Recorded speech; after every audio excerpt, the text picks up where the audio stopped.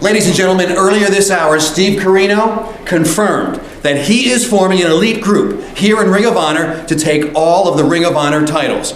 Now, Steve, tell the fans at home, tell me, please, who is he? Who is going to be the first member? Why do you assume it's got to be a he? Fans out there, I have something shocking for you. I give you the first member of my group, an unnamed group because we don't need names. I give you the first member of the Prophecy. I give you my girlfriend, Simply Luscious. I love you, Steve. I'll do anything for you. I would take you over them any day. And next week, I'll give you member number 2.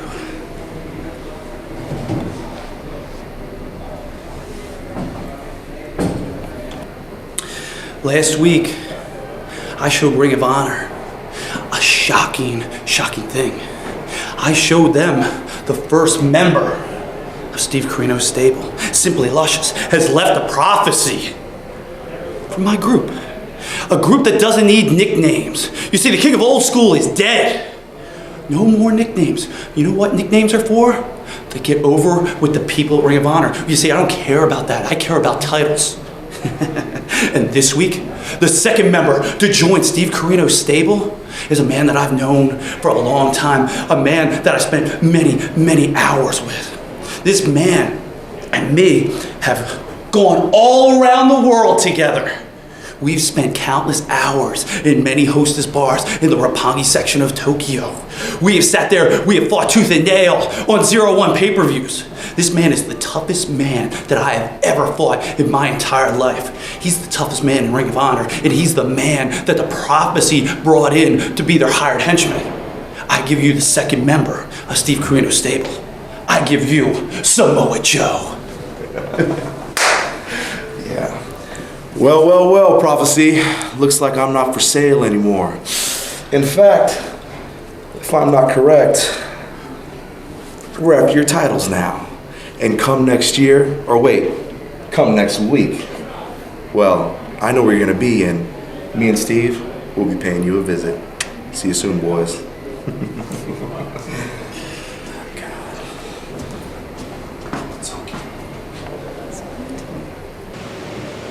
All right, guys, a little surprise for the Prophecy here. Let's break in on their little meeting.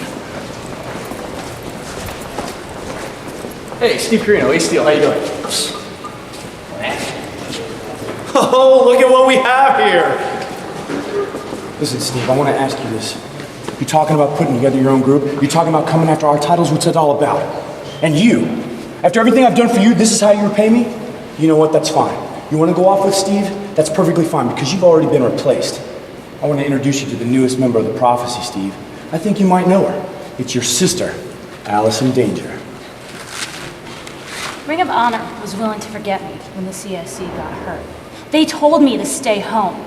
But now I'm with the Prophecy, and I'm protecting the Prophecy's interests. So stay out of our business, big brother. And you, Luscious, when you were with the Prophecy, it was all business. But now that I'm here, it doesn't have to be. Oh, is that how it's gonna be, Daniels?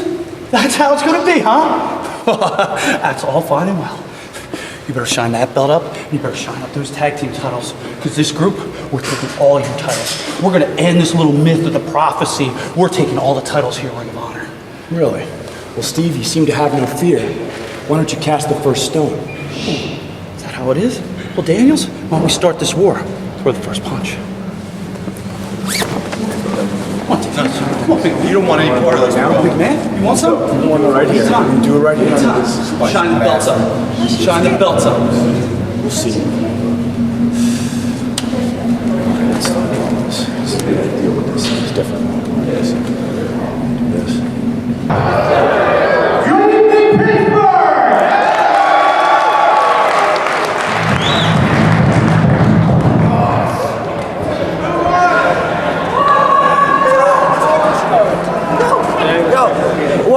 Get out.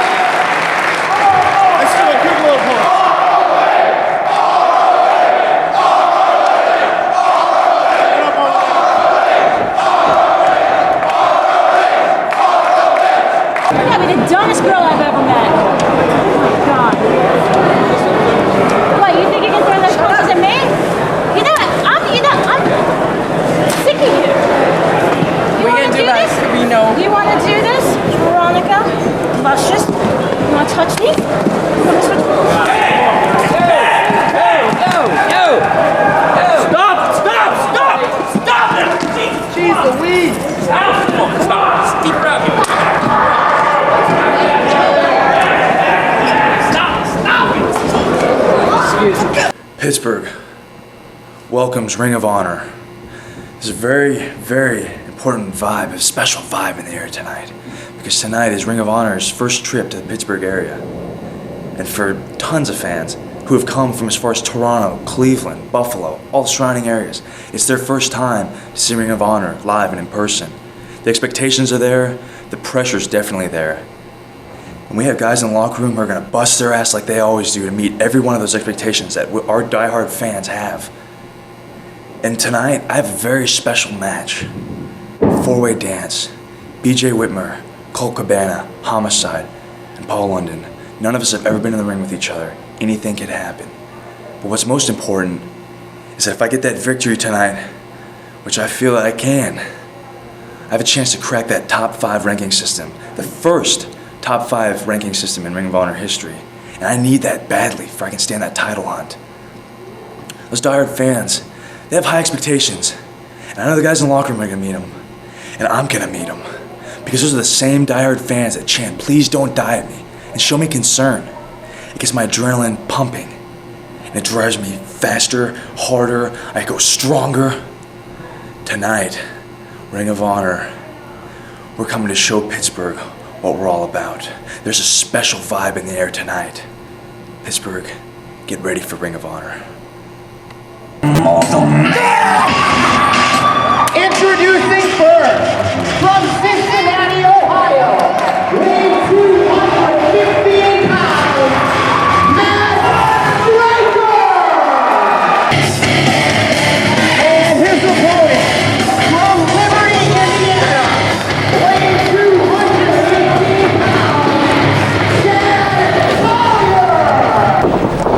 Collyer! Hello, ladies and gentlemen.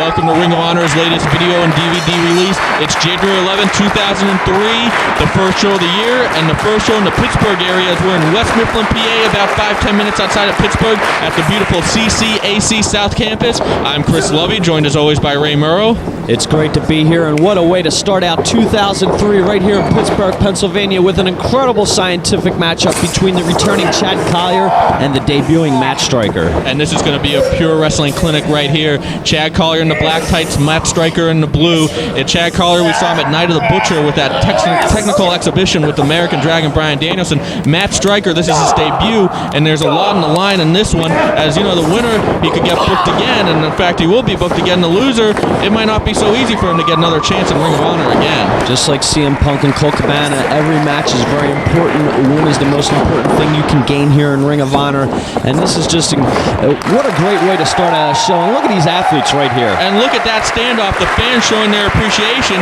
And as Paul London said earlier, a lot of these Pittsburgh area fans, there's a lot of fans here from Buffalo, Cleveland, various parts of Ohio, Western Pennsylvania, Western New York. They all made the drive here. This is their first time seeing a lot of these athletes live and in person.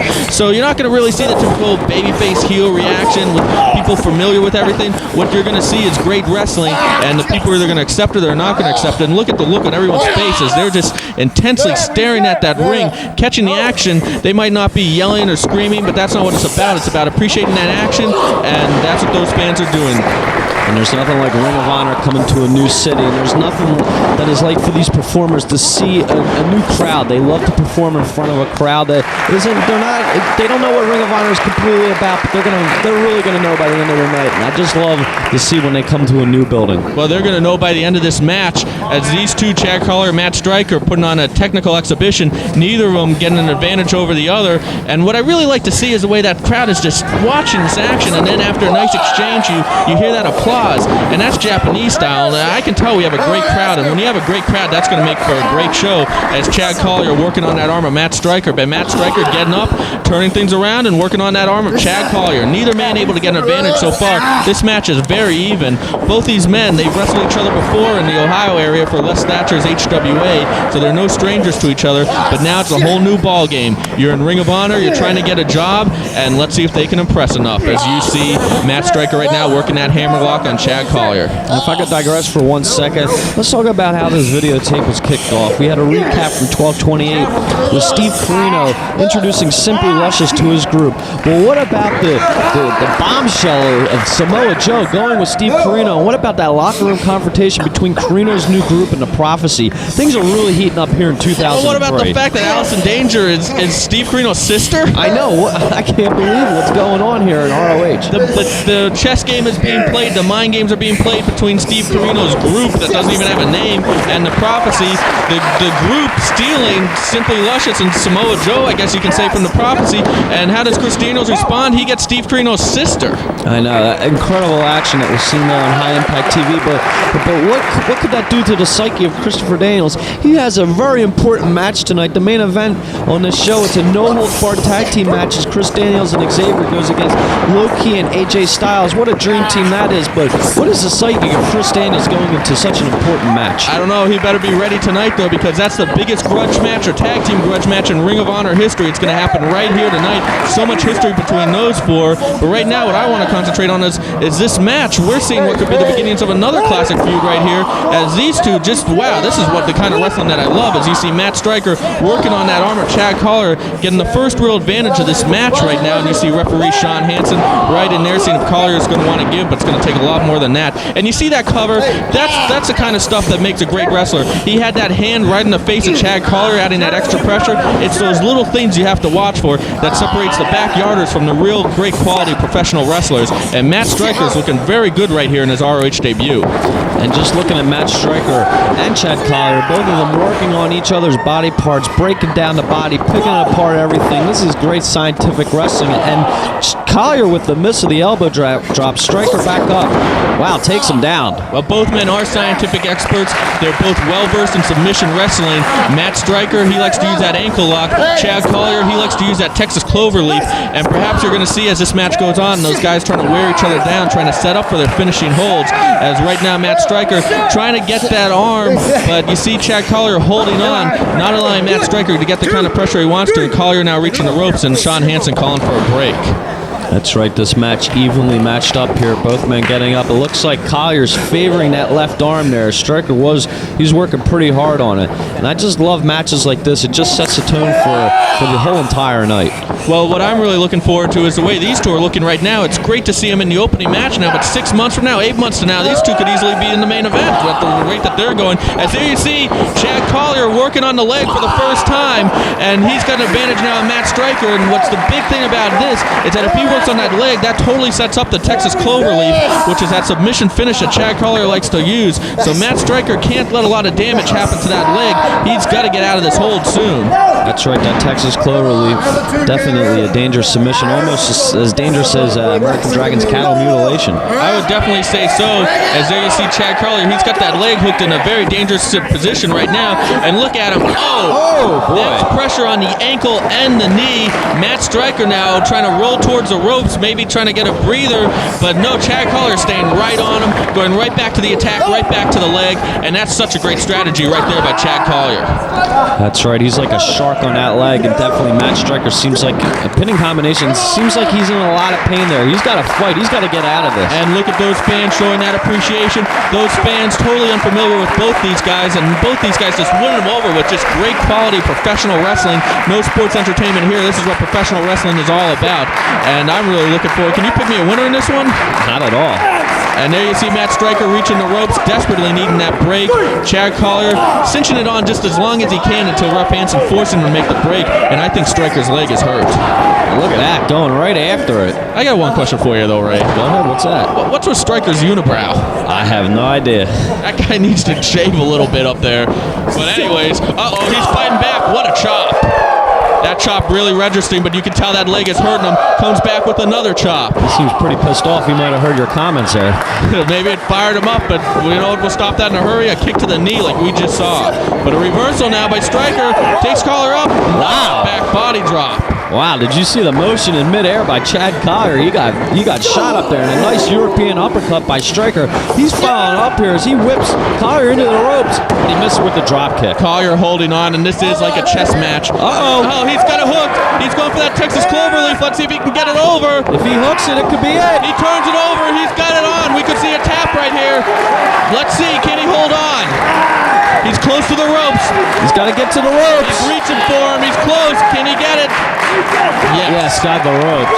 If he didn't get the ropes, it would have been all over there. No doubt. Stryker saving himself, but right now, how much more damage did that do to the legs of Matt Stryker? I have not. He seems to really be favoring the legs. He's having trouble getting up. As Collyer picks him up. What's he going for? Nice vertical suplex. Straps Stryker down. Go for the cover. But not enough. 2.5 by Rough Hansen. And Collyer, what's he arguing with the ref? He's got to stay on top of this right here. And I have to compliment both men so far, as I would say both these individuals are earning themselves a job in ROH right now. Without a doubt, right here. And Collyer going to work again, but no, sunset flip. No, not enough. Stryker probably saving himself as Collyer going for that big knee onto the leg of Matt Stryker. But now Stryker firing back. He's showing he's not going to be denied in his RH debut. Nice leg lariat. Down goes Collyer. But how much punishment is Stryker taking? Is he still hurt? But he gets up. What's he going for? A big lariat. And Collyer's up, and another one. And Stryker whips Collyer in the rope. Big elbow right to the face of Collyer. And a nice power slam. But not enough. Only a 2, but now Collier's really in some big trouble for the first time in this match. And let's see if Matt Stryker can follow it up. Hasn't really done much to set up for that ankle lock yet, and that leg is hurting Matt Stryker still. But hold on. Beautiful neck breaker. And let's see if Collyer can follow up right now. Or excuse me, Stryker. He's going for a lion salt. Oh, a little too far. Wow, nice quadrato, but he hit his head there. And Collyer back on the attack. What's he going for? Is this a Cobra clutch? But nice. Situation. What a beautiful move, but not enough by Chad Collyer. And the fans are definitely into this match. And right now, if I'm Chad Collyer, I'm going back to the leg because he's got that hurt and he's got to set up for the Texas Cloverleaf. Instead, he chooses for a punch right to the forehead, to the unibrow of Matt Stryker. And there's a whip and a reversal. Collier stops, tries to take down. No. Oh. What action here in Ring of Honor. I thought we might have. Wow, nice boot. These two individuals proving they belong. He's going for the ankle lock. This could be it. This is what you were talking about. He's got that ankle lock cinched, and he's got Chad Collyer in the middle of the ring. Chad Collyer in a lot of trouble. He's desperately trying to reach those ropes. Oh, beautiful reversal, pinning situation. But no, not enough. Now Collyer takes him down. Oh, he's got him hooked. No, pinning. Oh, beautiful small package right there by Stryker, saving himself from the Texas Cloverleaf. As you see, Stryker going up for a vertical suplex. No, he goes out of it, tries, nope, another reversal. Back elbow, Stryker off the ropes. Oh, but gets caught in a power bomb. But he's going for the Cloverleaf now. What a combination. Can he turn it over? He's got it turned over. He's got Stryker in the middle of the ring. Matt Stryker in the middle of the ring. And he's tapping. He's tapping. No shame in that. What a match. What an opening contest. And I can't be more impressed with these two, Chad Collyer and Matt Stryker. We haven't heard the last of these two, and I'd love to see a rematch. Two stars were just born here right in Pittsburgh.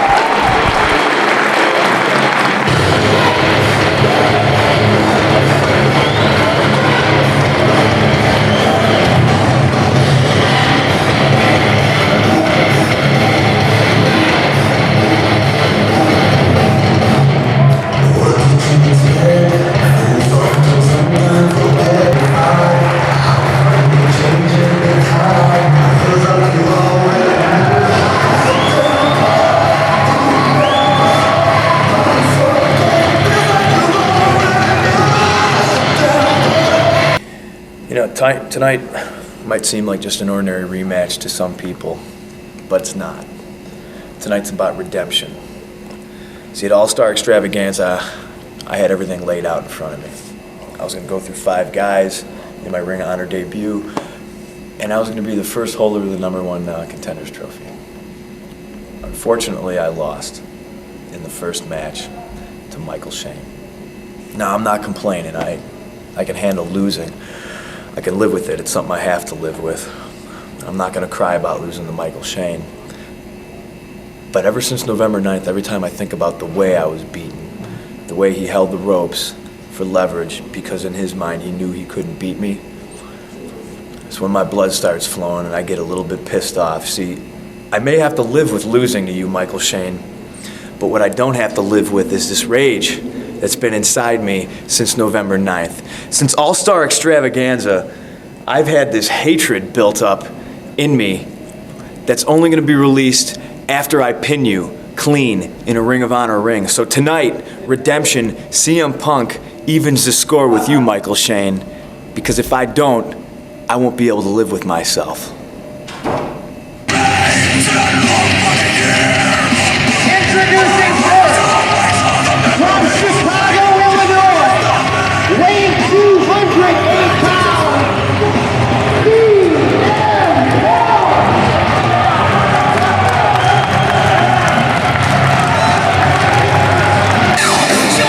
and his opponent, from Shenandoah, Texas, weighing 201 pounds,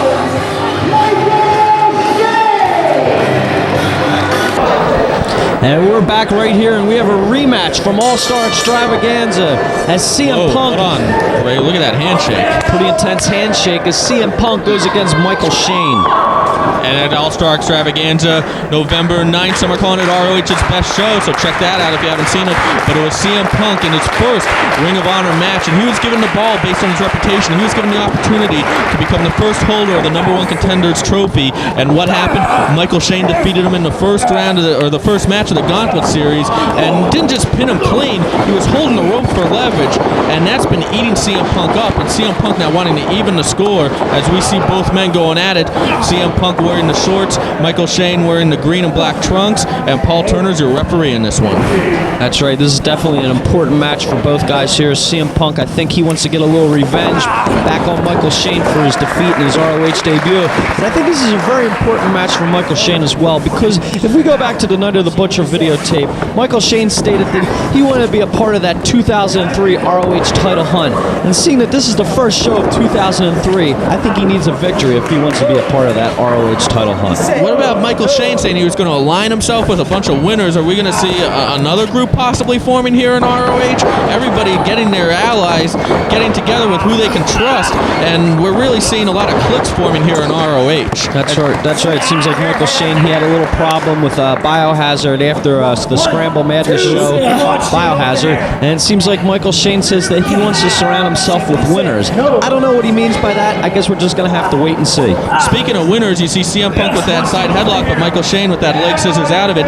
CM Punk, finally, he was in a little bit of a slump when he first came into ROH, losing that match to Colt Cabana at Night of the Butcher, dropping that match to Michael Shane in his debut, but since that he turned things around in Final Battle 2002, winning that ROH contract in that match, in the rematch against Colt Cabana, and of course now CM Punk, he gets flown into every show, he gets his expenses paid for, while Colt Cabana, he's got to drive. But let's see if CM Punk can keep that momentum going with the victory here. Very big match, as if he loses this, he falls to 1-3. That's right. This is definitely, like I said, an important match for both these guys. Is CM Punk going for the bridge?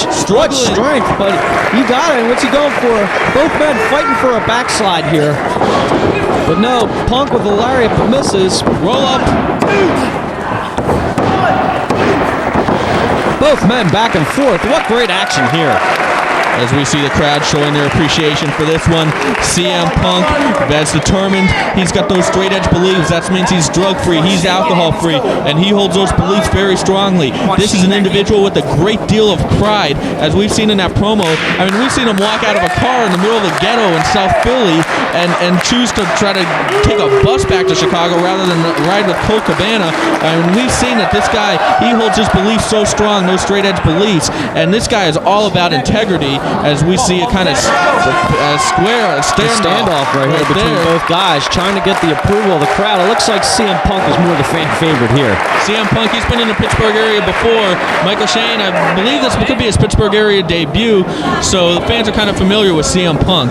As you see, a test of strength tried to, and there's some more mind games played by Michael Shane. We're seeing a lot of back and forth early, but more so a lot of mind games too. And Michael Shane, look at that. Just by taking that one hand and then putting it down and offering the other hand, those are mind games right there, and that can psychologically get to you and maybe cause CM Punk to make a kind of mistake that allows Michael Shane the opportunity to maybe grab the ropes or grab the trunk again and get another quick pin roll up. That's right. Michael Shane is definitely a crafty wrestler. He definitely likes to play mind games with you. Try to get his opponent to make that first mistake, because if his opponent makes a first mistake, it could be the end of the match. Very patient individual too is Michael Shane. As you see, and look at those two still locked in that knuckle lock. That's right. Both fighting for position here. CM Punk's shoulders almost down for a count there, as he's fighting with everything he's got. But Michael Shane almost in a mounting position as he goes for the pin, but not enough. And this match also has ramifications, as in 2003, ROH is introducing its top 5 ranking system. And the first top 5 ranking system is going to be based out of the results of tonight's show. And you can check that out at ROHWrestling.com, how those rankings work. And those rankings are going to determine who goes for the #1 Contenders Trophy, which of course determines who gets your ROH title shot. That's a great invention there by ROH right there, because that means that every match on every show has meaning. And that's what it's all about. And look at these two. They're still locked in that knuckle lock. Back and forth. Look at that. Beautiful reversal by CM Punk. CM Punk is a guy who takes every opportunity given to him and makes the most out of it. He drove down to Atlanta just to train with William Regal and David Finlay on his own dollar. He'll drive wherever it takes and do whatever it takes to make it in this business. That's the kind of drive, that's the kind of determination he has, and he's setting up for the Shining Wizard. No, Michael Shane ducks and blocks it, but nice dropkick to the back. That's right, Michael Shane is down. CM Punk in control here as he goes for a pinfall. Only a 2 count there. But what great action here. CM Punk definitely with the upper hand here as he hooks on the vertical suplex going right there. But no, Michael Shane counters. Both these guys back and forth. Oh, and Punk Punk over the top rope to the floor. And that's Michael Shane taking advantage of an opportunity now. It might not be the most sportsmanlike thing, throwing somebody over the top rope like that, but at the same time, it's an opportunity. And you know, Michael Shane, well, I'll say it, he is just an asshole, and he's the kind of guy that's going to take advantage when something like that comes along. And that's what he just did, is now he's pounding CM Punk with those fists. See you there, pretty lady. What's he doing, flirting with the girls? Flirting with the girls, and now he's dishing out some punishment right there to CM Punk as he has him draped over those rails. Girls. He's blowing him a kiss. They don't seem to be too interested, though. They are kind of hot, though. But anyways, CM Punk fighting back. You never know what you're going to get with Michael Shane here in ROH as he picks up Punk in the corner, fires in a couple fists right there. And CM Punk is definitely in some trouble here. And now there's a choke, and this is what we're talking about when we say Michael Shane is just an asshole. Not something that's going to get you disqualified. Of course, if you continue that choke past the 5 count, it'll get you disqualified. But just those little cheap tactics that'll do. And whoa, flip up there by CM Punk, drops downward. Now he's got that jaw hurt of Michael Shane, goes up, textbook cross body press. But look at that, Michael Shane catching him with that knee to the stomach. Wow, what an unbelievable counter there by Michael Shane. Always thinking. But look at that jaw. Both men are hurt. He is, Michael Shane holding that jaw. That jaw definitely hurt as it came down right in the top of CM Punk's hard head. And CM Punk, that is a hard head. Don't forget, this is a guy that fractured his skull and just came back months later when he was supposed to be out like a year. That's there, CM Punk now on the outside. Michael Shane coming off with a fist. Drops a big fist off the apron right to the head of CM Punk as he's working with him on the floor. I think he's going back to check all his girls out again. Nope, he's throwing CM Punk back into the ring. And now goes for the cover, but not enough. And now Michael Shane slowing it down a little bit. Very methodical wrestler. He's going with that front chin lock, or excuse me, front chancery right there. Just trying to wear down CM Punk. Paul Turner right in there, seeing if Punk wants to quit. I don't think this is going to make CM Punk want to quit, but what it's going to do is give Michael Shane a breather, while at the same time it's cutting off that oxygen right now to CM Punk, just wearing him down, making him tired for later on in the match. But CM Punk now getting that crowd behind him, and he's fighting back to his feet, and he's back on his feet. He's climbing out with those punches to the midsection of Michael Shane, now to the face, 2 of them in a row. He's bringing him around. Oh, backbreaker, very unique variation of it, into the ropes. No, Michael Shane cuts him off with the clothesline. And what you gotta like about CM Punk, he's a man who's gone through a lot here already in his short career of ROH, but what fighting spirit he has. Every time you think he's down and out, CM Punk always makes that comeback. Well, it's part of that pride, it's part of that integrity that CM Punk holds so dearly. And now you see a cover. But no, not enough. And Michael Shane, he's got to get up. He's got to work on Punk. He definitely has Punk at a disadvantage here. Well, Michael Shane usually likes to set opponents up for either that sweet chin music or that picture-perfect elbow from the top rope. And I think right now he's just in the process of trying to wear down CM Punk to the point where he can get him tired enough to maybe hit those 2 moves. And that, of course, would definitely lead to a pinfall, as you see a chin lock right now by Michael Shane. CM Punk, he's trying to fight out of it. He's not going to quit. I mean, this is a guy, he really can't afford to fall to 1 and 3 right now, but if he gets a win, he's got 2 very solid victories going right here. So this is really a pivotal match for CM Punk.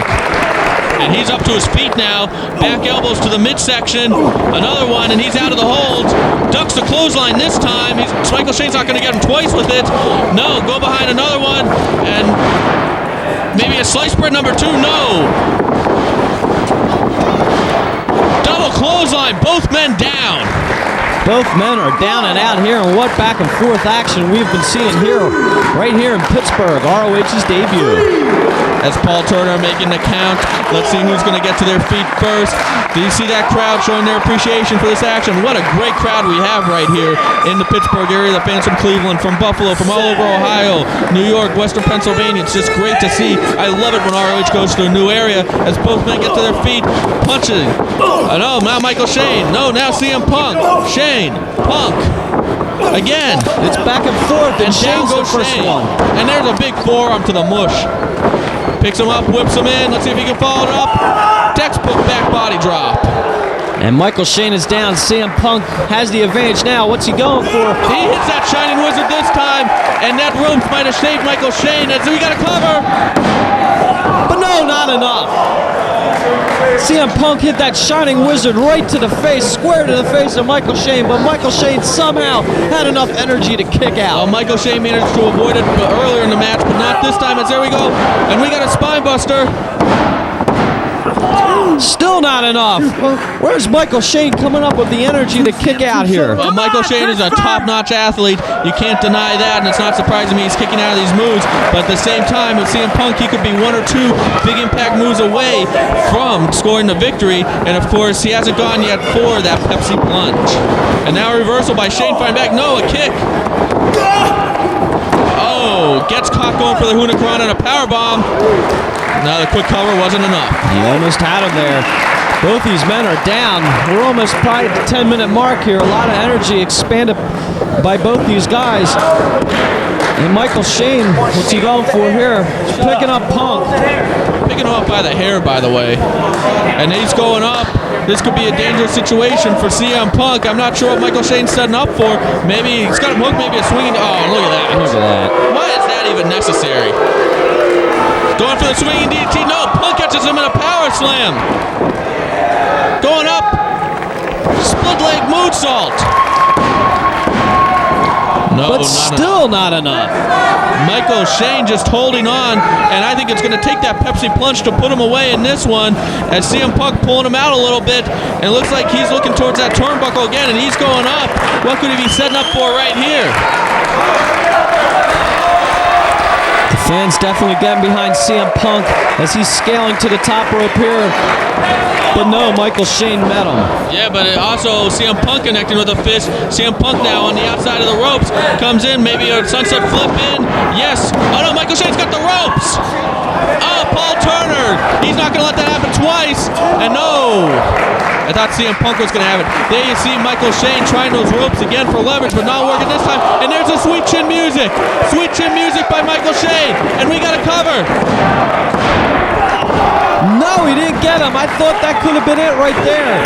Michael Shane looking a little bit frustrated for the first time in this match, and now he's going to be wondering what's it going to take. And I got a feeling he might be going for that picture-perfect elbow soon, as that seems like it's going to be the only thing that's going to put CM Punk away.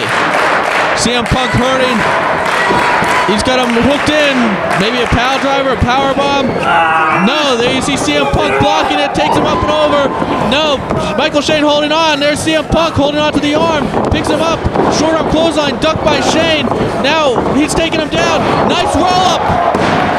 And that's it. We got it. CM Punk even in the score, winning with a roll up on Michael Shane. The same way Michael Shane defeated him, but CM Punk did not need to use the ropes for extra leverage. What a victory for CM Punk, and he's got a 2-match winning streak going on right now in Ring of Honor. And what does this mean for the future of Michael Shane here in ROH?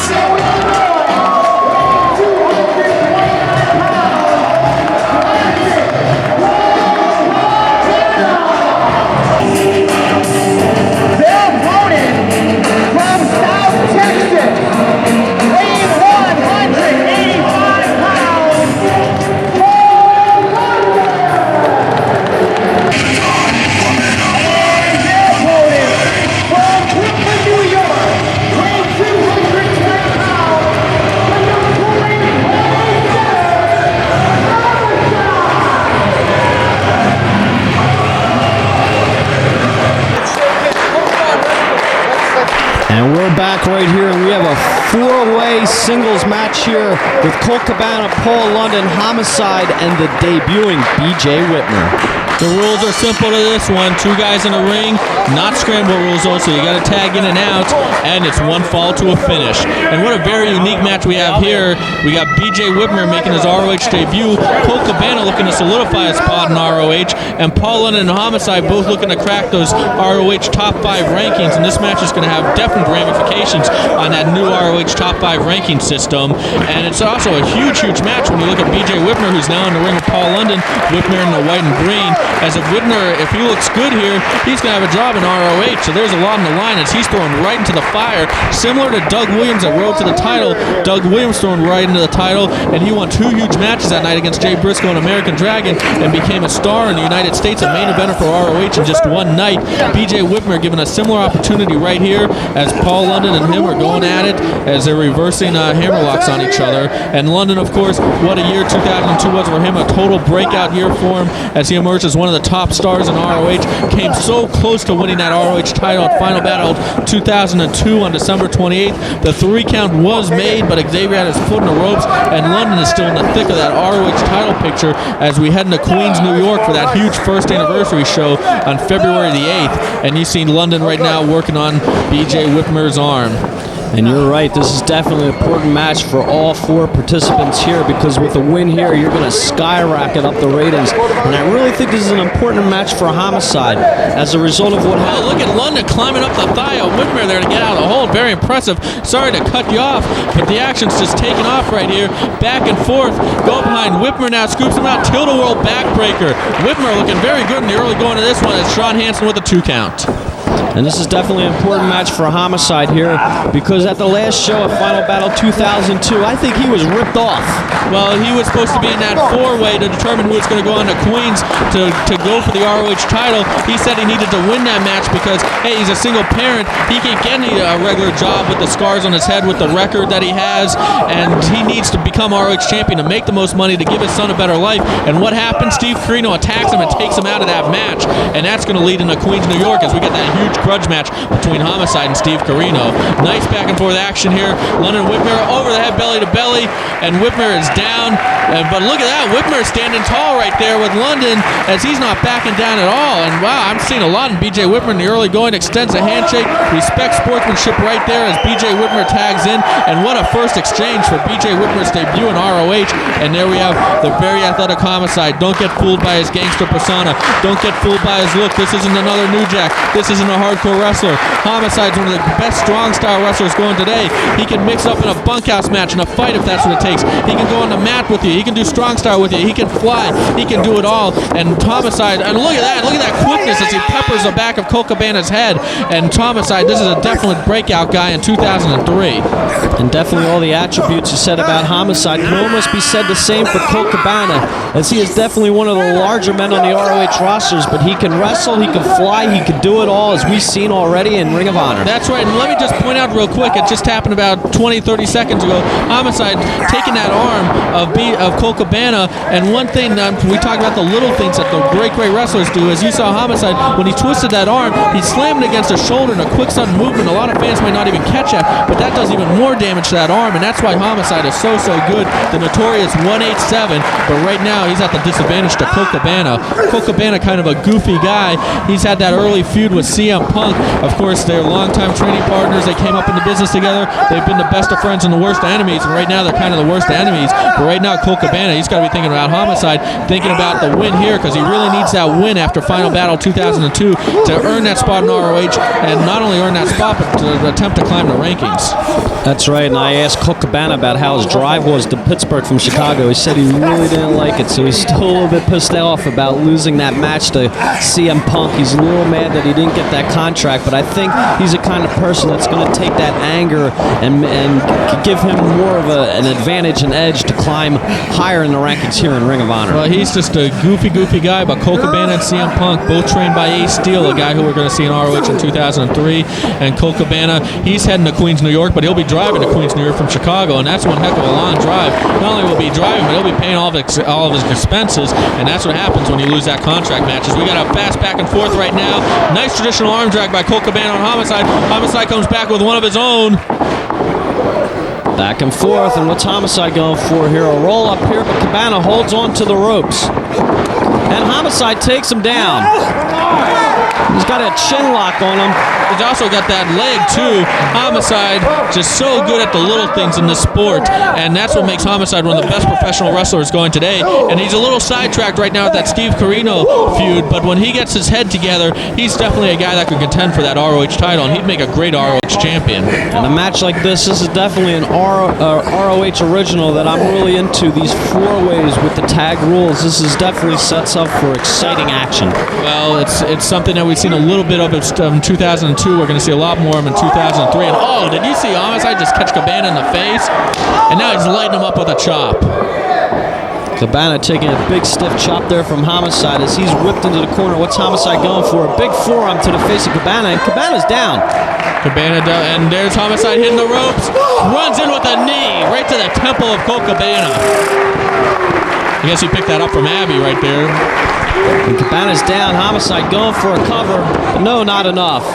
2 count here as we're still almost in a feeling out process here in this 4-way match from Pittsburgh. Well, these 4 really do need that feeling out process because they've never been in the ring with each other. We're seeing all fresh matchups here as BJ Whitmer tags back in, hits Homicide with a leg lariat. That's a very unique thing is the unknowns in this match. As I said before, all these 4 guys, they've never met in any kind of match before, and this is the first time they've all been in the ring with each other. And so they don't really know each other's strengths or weaknesses. But wow, nice by BJ Whitmer. And holds on. And you're right, and London makes the save here, but I like these intriguing first matchups when these guys meet each other for the first time. BJ Whitmer definitely impressing so far as he comes from the Ohio area trying to make his name in ROH, trying to take his career to a new level, and I think he's doing a great job so far. And I'll tell you what, first impressions are lasting, and BJ Whitmer is going to leave a lasting impression with myself and the ROH fans here, as he is definitely showing that he could compete on this level. Very impressive so far. What great talent we've seen debut tonight. Ghost Shadow, Matt Stryker, now BJ Whitmer. And Cabana caught on the top rope. What's Homicide going for? No, he's met by a big punch almost. And now Homicide scaling to the top again as Cabana's up there. Both men in a precarious position. Both on the top rope. And a big superplex by Homicide, and Cabana is definitely feeling the pain. Look at that close-up shot. And this match is really going to set the tone for 2003. All these men could be breakout stars, and we got to cover. Not enough. But this match, the winner is going to move on, and the winner's going to definitely make that top 5 ranking system, and the losers, they're going to be back at the bottom trying to climb that ladder as Paul London with a blind tag on Homicide. I don't think Homicide knows that London tagged him out as he hits the Cabana with the dropkick, goes to the cover, and Sean Hansen right on top of it telling Homicide to get out. London smartly going for the pin, but Cabana. He reversed it, but no. Cabana missing, London with a big chop.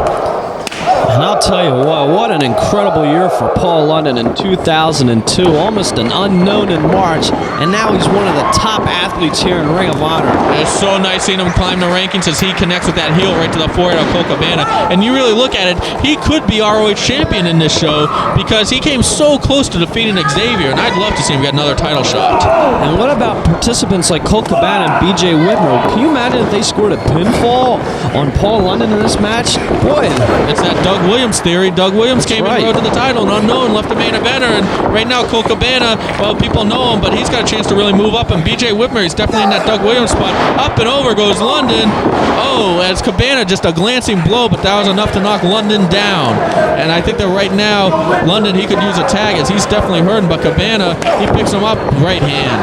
And that's one thing you gotta love about the matchmaking here in Ring of Honor, because you could take a person that's almost an unknown with great talent, and they could be put right in the thick of things, and you gotta love it. You never know what you're gonna miss. If you don't go to a Ring of Honor show, you don't know what's gonna happen, because the unexpected probably will. And that's right, and unexpectedly BJ Whitmer tags himself in, and there's nothing, you can watch this on videotape and it's great, and on DVD and it's great, but it's so much better in person, the atmosphere, especially when you have a great crowd like we have here in Pittsburgh, very respectful, very appreciative of everything. And wow, nice running elbow there by Whitmer.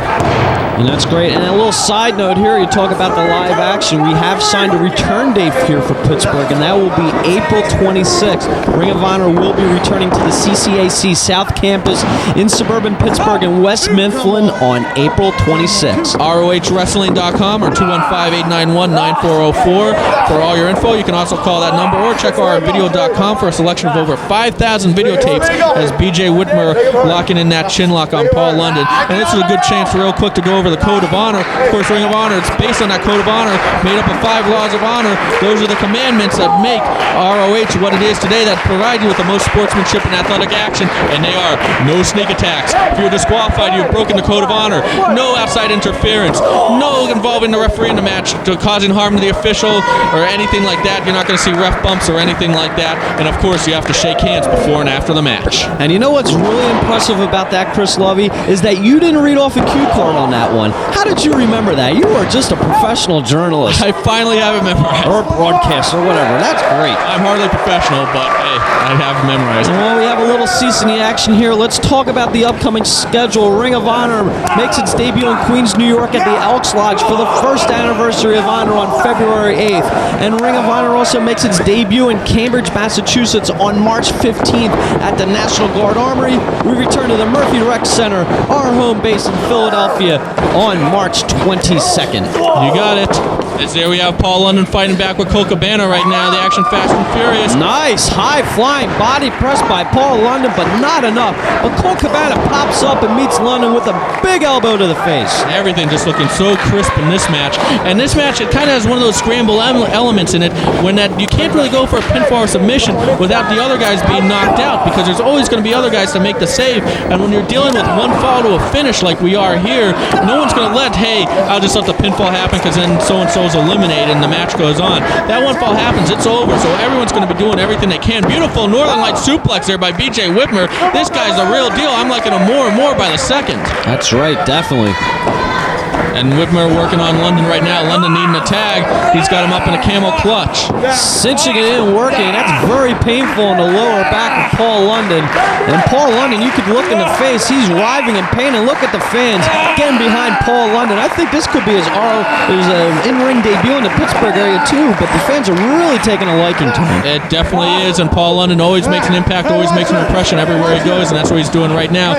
Even with BJ Whitmer with that chin lock. And Paul London now fighting out of it. Back elbow. Another one. He's out of the hold. Whips in. No. Whitmer catches him with the knee. Smart maneuver there by BJ Whitmer as he goes for a cover there, but not enough. Boy, you're right. This BJ Whitmer is really showing me a lot. The newcomers here tonight are definitely making a mark here. And Colt Cabana talking a lot of stuff on the apron there. And now he's tagged in. Colt Cabana, this guy, he's got all the tools. He's just that close to breaking out. And I think that maybe we could see that in the upcoming years. Paul London fighting back right now. But oh, look at those forearms cutting him off. That's right, Paul London on the defensive end of some beautiful drop. Wow, nice. And he needs the tag bad. And look at Homicide. Homicide wants in. He's begging for the tag. It almost seems like there's a little strategy here with Colt Cabana and BJ Whitmer almost working slightly as a tag team here on Paul London. I don't know what that means. Oh, no, they're going to tag in. I thought Cabana was going to tag in Homicide. And you know what? That's psychological games right there as they're upsetting Homicide. And right now, a very smart move by BJ Whitmer and Colt Cabana as they've obviously formed a little bit of an alliance in this match. So if they can both dish out that punishment on Paul London while frustrating the Homicide, they've basically taken two guys out of this match. But now London fighting back with those forearms, but BJ Whitmer once again cuts him off with that knee. I think BJ Whitmer and Colt Cabana maybe are showing a little bit of ROH inexperience because Homicide is definitely one person you don't want to frustrate and piss off. No, but look at that. Ricky Morton style. Paul London makes a tag into Homicide. Nice baseball kick right to the knees of BJ Whitmer. Takes him down. Peppers him, and he is so quick. This guy is just so quick in his movements. Reversal, elbow right there, and there he elbows Colt Cabana, and Homicide now dragging BJ Whitmer to the corner, got him hooked, tries for a swinging DDT, Whitmer shoots him off, Whitmer now has him German suplex with a bridge. Wow. No, and there you see Colt Cabana breaking up, but Cabana trying to hook up for a German suplex. Homicide missing the back kick, and there's London off the ropes, and I can't even keep up with this, but we got cover. And Cabana makes the save there. What a great double team maneuver by Colt Cabana and Paul London. And that's what we're talking about. You got to make sure all those guys are out of commission before you can even think about going for a finish. Enziguri there, and out goes London. And Colt Cabana's in the ring. And the other guys are on the floor except for Homicide here. Let's go Cabana signaling for. He's going to try and dive. No, drop toe hold by Homicide. Cuts him off. And here comes Whitmer. No, Homicide catches him. Has him hooked now. Trying for a suplex. Back elbows. Forearm right now by Whitmer. Whitmer trying for that Exploder 98. Back elbows by Homicide, but he's got him hooked. And now trying now. No, now he's got him Exploder 98.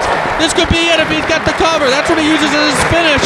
And no, we're back to Paul London coming back in, and that's what it's all about. This one, London catches him, not all the way, but enough to take Whitmer down. Whitmer to the outside.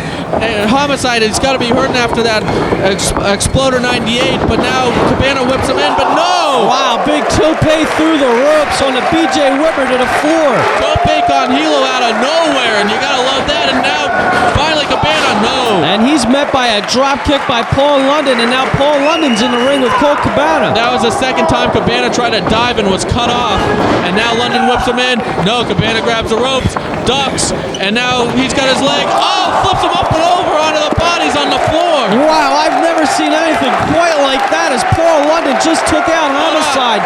But now look at Cabana. He's alone in the ring. He might finally be able to hit that dive, and he's looking to the skies. And this big man could fly right here. He is one of the larger competitors in ROH, but we've seen him go to the air before. It looks like he's going again. Springboard. Wow, nice move there. Into a somersault senton. Very nicely done by Colt Cabana. And look at the fans in Pittsburgh rising to their feet here for this great action. And how can you not appreciate this as we have all four on the floor? And right now, Ray, I'm going to put down the spot. Pick me a winner. Why do you always ask me this when it's so evenly matched? I don't know. I tell you who's going to win this one. It's going to be the guy that manages to get his opponent alone in the ring. That's going to be the whole key to this one, as all four people taking a brutal beating in this one so far. You are absolutely right when it comes to that. Positioning is so important in a match like this. And that's where that strategy comes in, but this is breaking down right now. Sean Hansen losing all control as, Whitmer missing that high knee into the turnbuckle. Homicide now scoops him up. He's got him up. Ace crusher from the second rope, and did you see how Whitmer took that? Oh, he landed. And London goes for the cover. Oh, and Homicide had to break up a cover after his own move. Great positioning by Paul London there as he almost stole the match. And we got London and Homicide, two of ROH's most exciting competitors, hooking it up right now. London back elbow goes to the top. No. And let me tell you what, it's breaking down in Steel Town. And there you got both guys battling now, climbing up the ropes. Homicide down. Maybe London going for that shooting star. He's in position. He's looking around. And no, Homicide ducks up and over. Homicide's got him. He's got him hooked. Cop killer. Cop killer. Cop killer. London is down. Go for the cover. This could be it. But no, Colt Cabana makes the save.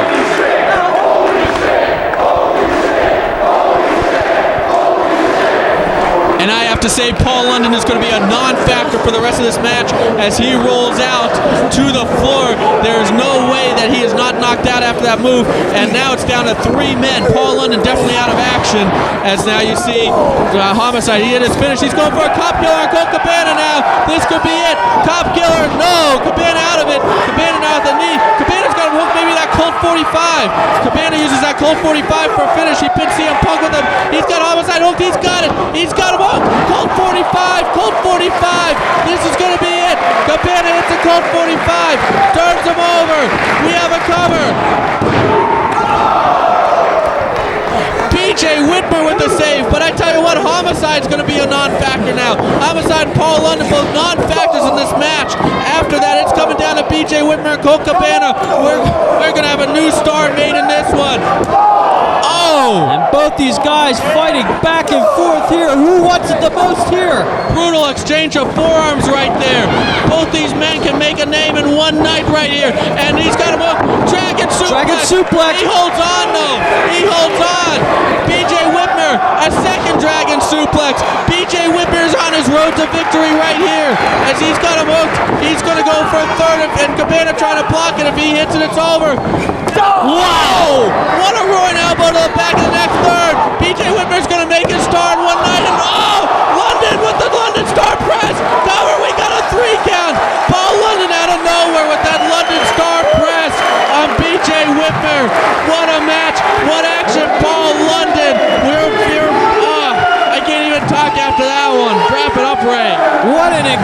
sensational finish to a show-stealing match here in Pittsburgh. And look at the fans rising to their feet.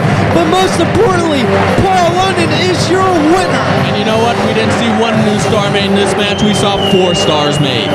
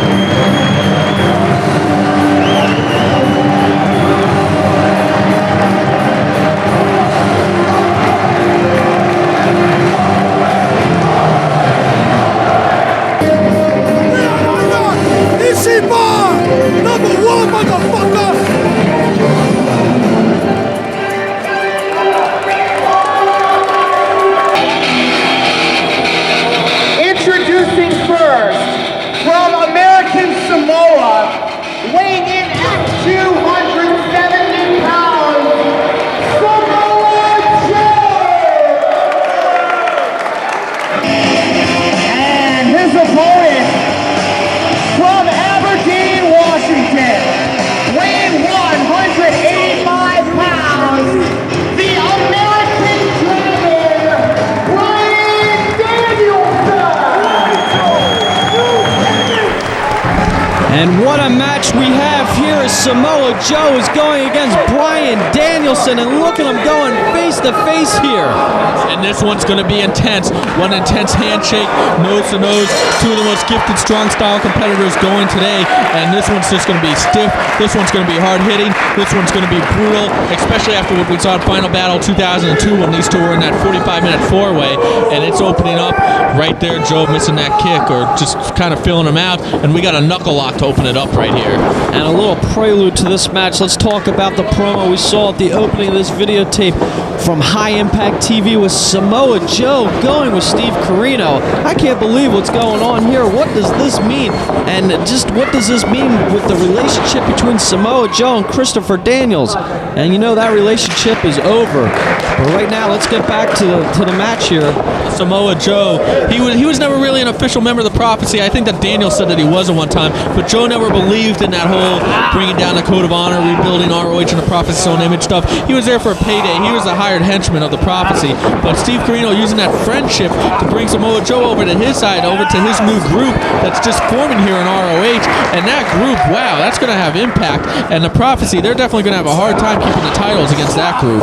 And that group with Steve Corino, Simply Luscious, and Samoa Joe. And I bet you there's going to be some more unnamed members coming up. And I don't know what this means for Ring of Honor in the future. There's definitely going to be some new members, and there's definitely going to be a war. And who's going to fire the first shot? We saw that altercation between Corino and Daniels at Final Battle 2002. Nobody firing the first shot. When's it going to be fired? What's it going to be? And what impact is it going to have? And you know it's going to come up in the future. And look at Bryan Danielson favoring his nose there as we had a pretty snug lock up there. And these two guys are taking wrestling strong style to another level. These guys are just amazing competitors. There's going to be no sports entertainment in this one, and these two love to compete in that style. They love professional wrestling.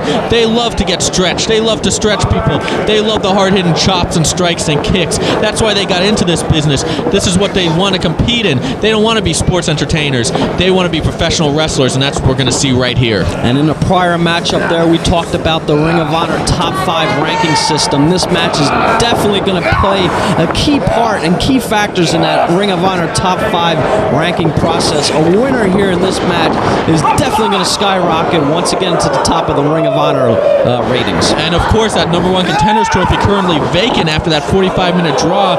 And what's going to happen? Who's going to fight Xavier and Queens for the ROH title? We're going to have to find out. But I could say that the winner of this match will probably end up the #2 contender right in line for the shot at that #1 Contenders Trophy. Yeah, you're definitely right there, as this is definitely an important matchup, but I think there's a lot of pride on the line here as well. And what a blow by Dragon right to Samoa Joe. Dragon so close to that #1 Contenders Trophy on a number of occasions. Dropping, if he had that great match against AJ Styles at All-Star Extravaganza, that great match against Paul London and Night of the Butcher, both match of the year's candidates. Then that 45-minute draw 3 times, so close to that #1 Contenders Trophy, 3 times failing. The frustration has to be getting to Bryan Danielson at this point as he's working on that leg of Samoa Joe.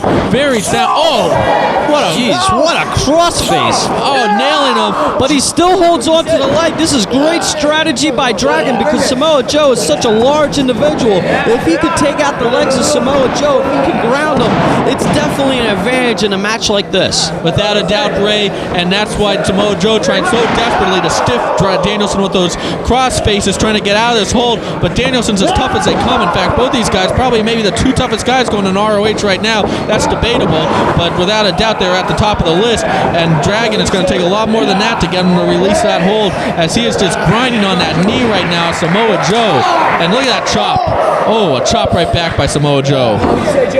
Samoa Joe, of course, he can hit as hard as anybody in the business, and we saw that at Glory by Honor when he wrestled Loki in the hardest hitting match that I've ever seen in a professional wrestling ring, and maybe this one could top it. And there you see, we talk about the little things. Look at Dragon driving that palm into the face of Joe, driving that forearm into the face of Joe. It's not enough just to work a hold. It's those little things that make the difference. It's those little things that create wins instead of losses, and that's what these guys are so good at, as Joe finally out of that hole and Danielson into the ropes. What a creative escape by Joe to get out of that leg lock as he hooked Dragon, but Dragon to the ropes. But Dragon back again on top, capitalizing with some kicks, and now a big European uppercut to Samoa Joe, and wow! Whew. Joe lighting him up with that chopper. Oh, and another one.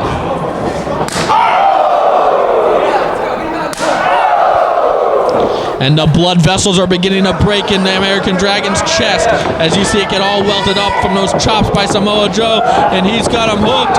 Oh, nice suplex. Nice suplex, and if you look up hard hitting in the dictionary, there's definitely a picture of Samoa Joe in there. He is brutal. And you see Ref Gary Moore here checking on Danielson. Both guys now making their way to their feet. Here, come on, Joe. Oh, Joe clubbing to the back of Danielson. Danielson now grabbing that leg, right back to that leg, trying to take him over maybe in a Boston Crab. No, he's got those legs cinched. Kind of like an Indian deathlock here. And what's he gonna do? Pulling back. And look, and he's got his left arm around the chin of Dragon. This is incredible. 2 maneuvers in one almost, as we have a stretch on the legs and the neck and chin. And look at just that squat by Danielson. That takes a lot of conditioning right there. Then Danielson, he just lives, eats, breathes, sleeps, dreams wrestling all the time. This guy is as pure wrestling as it comes. And you've seen it right now in the ring, the results right there, as he's wrenching back on those knees of Samoa Joe in that hold. And now look at that bridge. Wow, look at that. He is just stretching Joe right now. Pressure's on all points of Samoa Joe's body, and we could see Samoa Joe giving up. In fact, a lesser man would be quitting right now, but with Samoa Joe, it's a different story as he fights his way to the ropes. And Joe escaping with the break there, Dragon back to his feet, but Samoa Joe, look at this, he's definitely in a lot of pain there, as Dragon's taking it to him in the early moments of this match. Big chop by Dragon. Another one by Danielson. Danielson now taking that leg, hooking it around the second rope, using the ring to his advantage. And there you see, using his environment as he just wrenching that knee some more. And now he's got him set up for something. Oh, Joe countering with a big boot to the face. Oh, what a clothesline. And a devastating lariat by Joe as he just knocked Dragon almost out of his boots there. And look at Dragon. And Joe, we got cover. But no, not enough. A 2 count by Samoa Joe. And Joe really needed that lariat right there, because if there's, and there you see him stumbling on that knee, but he's coming back now with those kicks. Did you hear that impact, Ray? I heard that impact, but I definitely wouldn't want to feel it, as that was brutal. Samoa Joe is a monster. Samoa Joe now methodically setting up his next move. Oh, what a forearm. And a chop. As Dragon now down in the corner. That chest is swelling up. And it's face wash time. One of the more brutal moves in the entire wrestling business. And there it is. Ooh. Can you just imagine what that feels like? That heel, that boot scraping. And Joe hitting the ropes. And there's a running face wash. And Bryan Danielson is in a lot of pain here. Not only is that painful, but it's also insulting to get somebody's boot right in your face and then used like that. And let's see what Joe can follow it up with. As now he's got Danielson. He's got Danielson's leg, maybe trying to weaken that. And he's got him turned over. And look at that stretch. We got a half Boston Crab. Then there's that thing. So we were talking about that knee right in the small of Danielson's back while he's pulling back on that leg. Pressure on the knee, pressure on the hamstring, pressure on the lower back. You're getting twisted like a pretzel. And Joe, look at him wrenching back with all the weight that he had. Oh, that's just beautiful wrestling right there, and that's going to take a toll on Danielson. And human beings were definitely not meant to bend like that. And Dragon is definitely down, and he needs to come back because he can't take too much more of that. And you see Joe right there still limping from when Danielson was working on that knee before as he connects with that big headbutt. If it's not the kicks, it's the forearms, it's the headbutts, it's the submissions. This guy can beat you up in so many ways. That's why Samoa Joe is such a dangerous individual. We've even seen Samoa Joe fly on occasion, too. And what's he set up for? A big suplex? Oh! He just vertical suplexed Danielson to the floor! And did you see how he landed on that hardwood floor? He just vertical suplexed him to the floor. Unbelievable. And Danielson, he is hurting after that. Gary Moore might want to check on him. I know Danielson's tough, he'll never quit, but I don't know if he'll be able to continue after that. That is definitely a move that could be a gigantic factor in a match like this. That could be a turning point right there. Joe with a slap to Danielson's face. Come on, get him back in. Oh. Come on, Joe, let's go. Get him back in the ring. This is so brutal. Come on, let's go. Move. Let's go. And what's with the headbutt? Well, what's Joe setting up for here? Danielson is down. Danielson is hurt, and Joe comes. He comes running in. Oh, boot! Oh! That boot connected with so much force it took out the guardrail. What unbelievable impact there by Samoa Joe to the head of Bryan Danielson. And boy, he could be missing some teeth. He could have some broken bones in the face after a maneuver like that. And right now, Samoa Joe, he's got to get it back into the ring where he can get Danielson in a pinning combination. And you know what? We've seen so much on this show. We've seen pure wrestling with Stryker Collyer. We've seen exciting lucha action. We've seen hardcore action. And now we're seeing hard-hitting brutality at its best. Powerbomb. 2 count, but Joe holds on to the STF.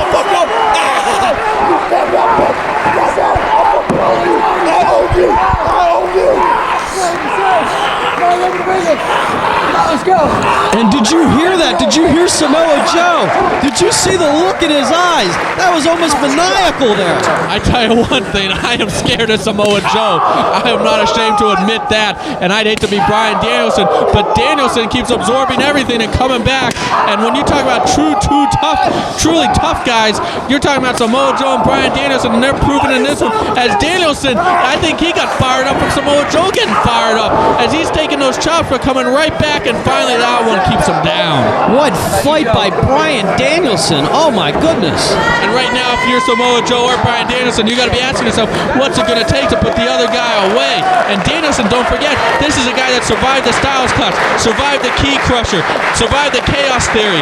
This is a guy that takes people's finishes and survives them. And sometimes it takes 2 finishes to put him down. And Samoa Joe looks like he's going to have a hard time hitting 1 finish as he misses that in the corner. Danielson now. Let's see what he's got. He looks fired up again. Comes running in. Oh, connects with that running forearm. Wow, he knocked Samoa Joe down. Samoa Joe dropped like a ton of bricks right there, and Dragon setting up for another one.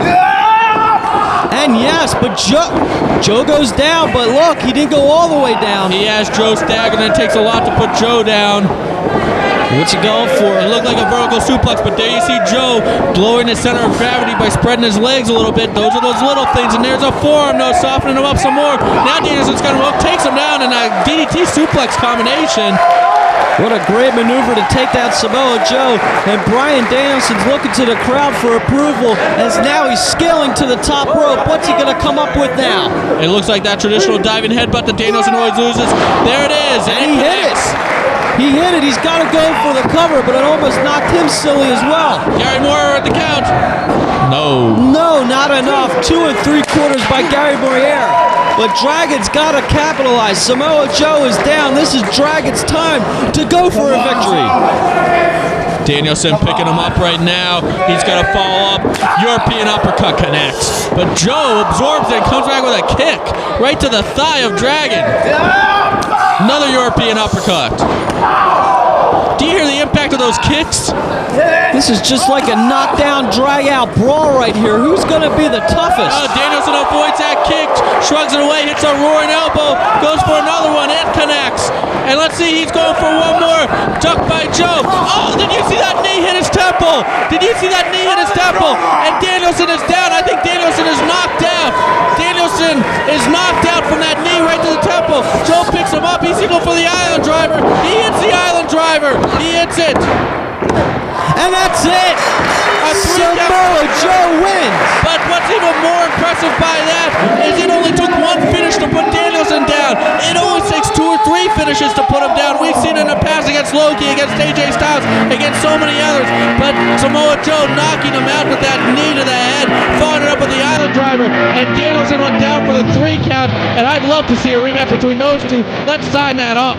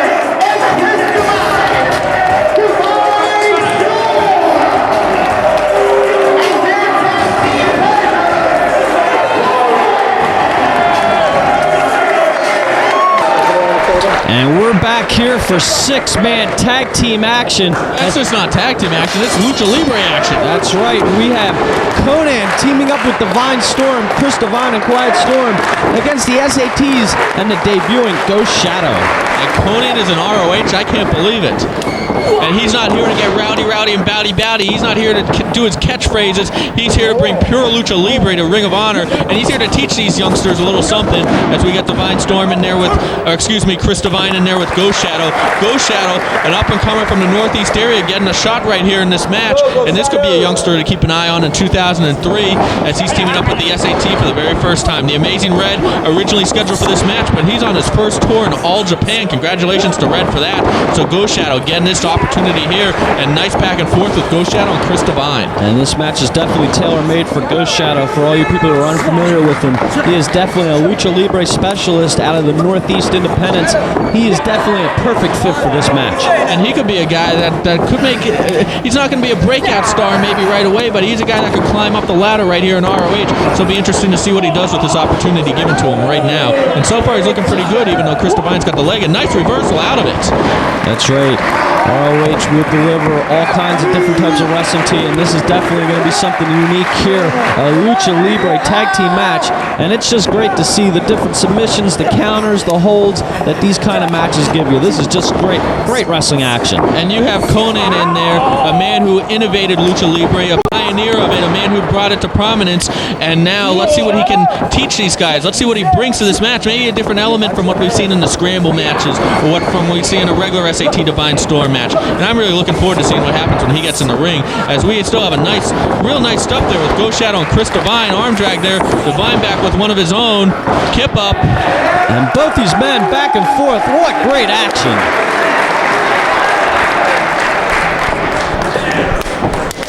And we have tags out now, as we have, who is that, Joel Maximo and Quiet Storm in there. And these two, they've met many times before, going back all the way to the first ROH show. And look at those fans. They are totally ready to see what these two can do. And this is what ROH is all about, variety on a show. And I think ROH is really beginning to hit its stride with offering something different in every single match. And we're going to see a lot more of that in 2003. As there we see, wow, nice stuff between Quiet Storm and Joel Maximo right there. You know how you can tell Joel Maximo from his brother Jose? Tell me.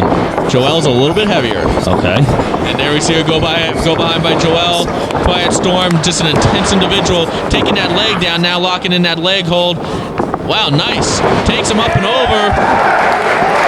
Beautifully done by Quiet Storm. And Joel's got to get to the ropes there as Quiet Storm has a painful submission on him.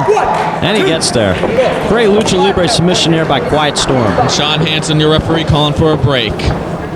Both men squaring off right now. Joel Maximo going right for that leg. He's got him hooked. Another Lucha Libre style submission, and look at that. He's got those legs hooked. This cannot be good on the knees of Quiet Storm as he's desperately trying to make the ropes, and he's got him. This is very interesting here by the SATs right here, especially Joel Maximo. He's going for more of a ground game here than the typical aerial game that you see from the SATs. And here comes Konnan. Let's see what he's gonna deliver here, as Jose Maximo's also tagged in. Konnan in for the very first time. Let's see if he can back up what he's been saying. He's been saying, hey, give me a chance to go back to my roots. And let's see if he really still has it. As now he's getting ready. There he takes the arm of Jose Maximo, takes the other arm, takes him over. Oh, holds on. Nicely done. Takes him over again, but still holds on. Comes up. No, there's Jose grabbing the leg, but Fireman's Carry takeover by Konnan. Konnan now with that leg. His shoulders are down, but he's trying to hook Jose in a submission, not quite getting it all the way.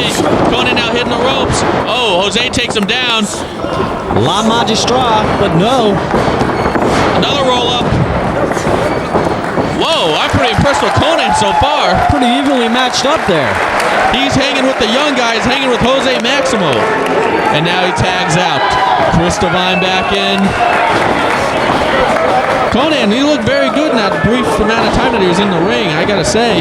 But we got Chris Divine back in there with Ghost Shadow, and this is how the match began.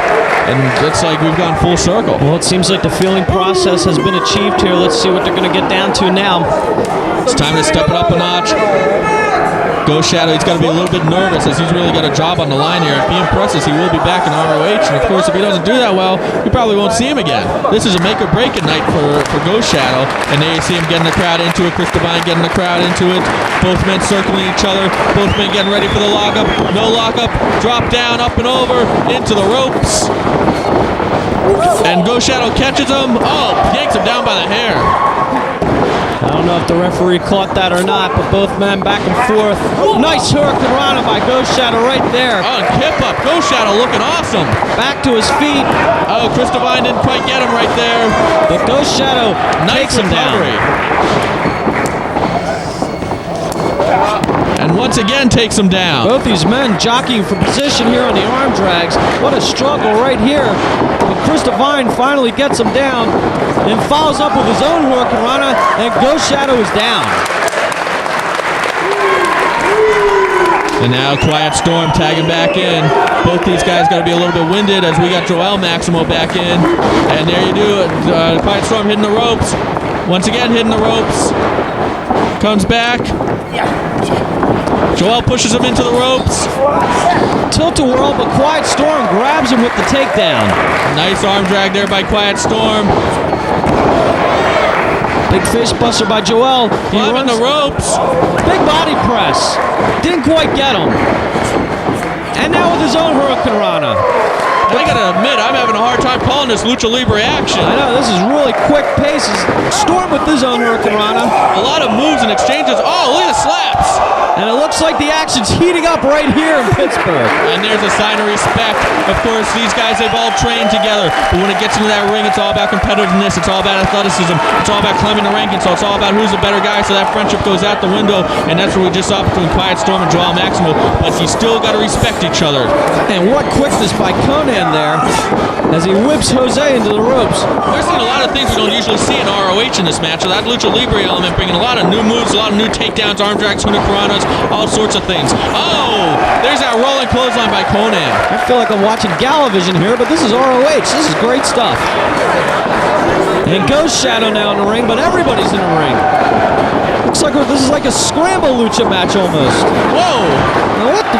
Old school Lucha Libre right there. Well, you never know what you're going to get here, and the fans are appreciative of this unique action. Are we in Mexico City? But now Konnan, oh, choke slam.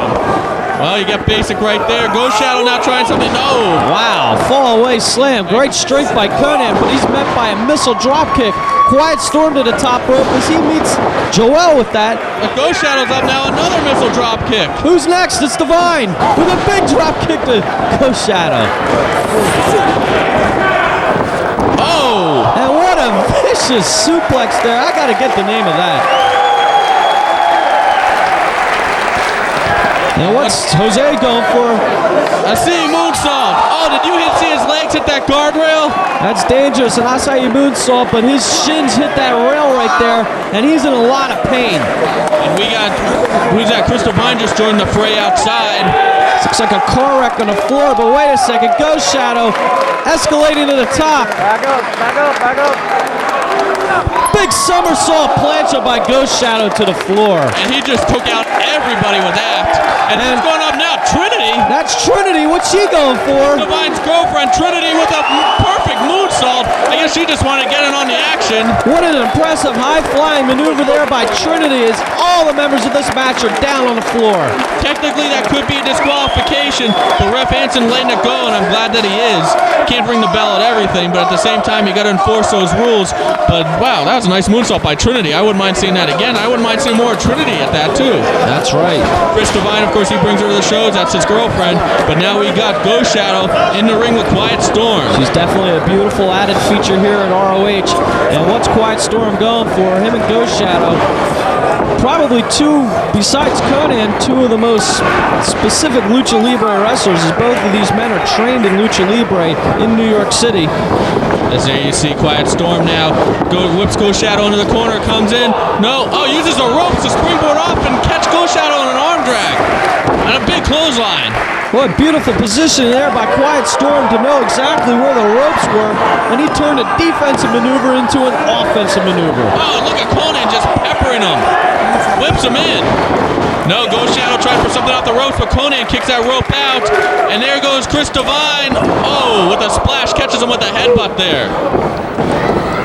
And now Konnan calling Quiet Storm into the ring. They got him hooked. Oh, beautiful. What a submission this is. Oh, they got him. Chris Devine now taking that chin. All three guys with that submission, but here comes Joel Maximo. Oh, he takes out Konnan and Quiet Storm, and here comes Jose. Double boot to the face of Chris Devine. Wow, that could have took out some teeth right there. Did you see the impact of Divine's head when he got kicked? Unbelievable. And the SAT's calling for a tag here on their partner, Ghost Shadow, as he's pretty much down as he had a trio of submissions laid upon him by Divine, Storm, and Konnan. That Quiet Storm cut him off, not allowing him to make that tag. Whips him in. Ghost Shadow on the second rope. Oh, catches him. Great move there. Quiet Storm didn't quite land with a lot of impact, but enough to daze him. Oh! Climbing Shining Wizard. Did you see his knee go right up into his chin? And that'll knock you out. That'll knock some teeth out as well. And what's he going for here? I'm very impressed with Ghost Shadow right here in his ROH debut. He's got him hooked in a very innovative move. Oh! This could be it. What a move that was. But Ghost Shadow has to make the tag. He's impressed, but it's time for him to get out. He is very worn down. The fans wanting the tag. Look at the fans. They're definitely into this. As Ghost Shadow is definitely making a name for himself in his ROH debut. And they're chanting for the SAT. Quiet Storm with the tag. He tagged in both Konnan and Chris Divine, and Konnan, wow, look at those. Whoa! That's not WCW style right there at all. No way. And Konnan stops himself. Oh, up and over goes Ghost Shadow, but Jose Maxwell comes in, drop kick on Konnan, and out goes Konnan. And there's Quiet Storm. Oh, punches now by Chris Divine. Ducks a clothesline. Oh! Jose Maxwell going for a tope. It looked like, but Konnan catching him. And Joel meets Konnan there. Connan's down on the floor. And that leaves Joel and Chris Divine in the ring. Big tope by Divine to the floor. And he takes out Jose Maxwell with that. And we got all 6 guys getting kind of tired right now.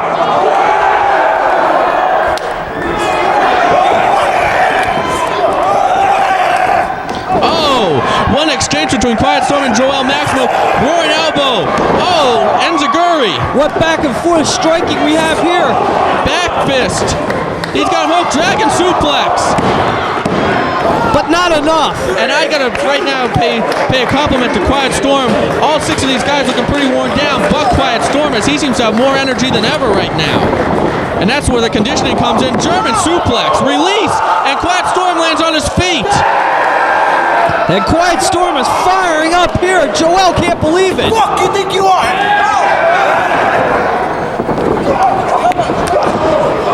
And look at the strikes here.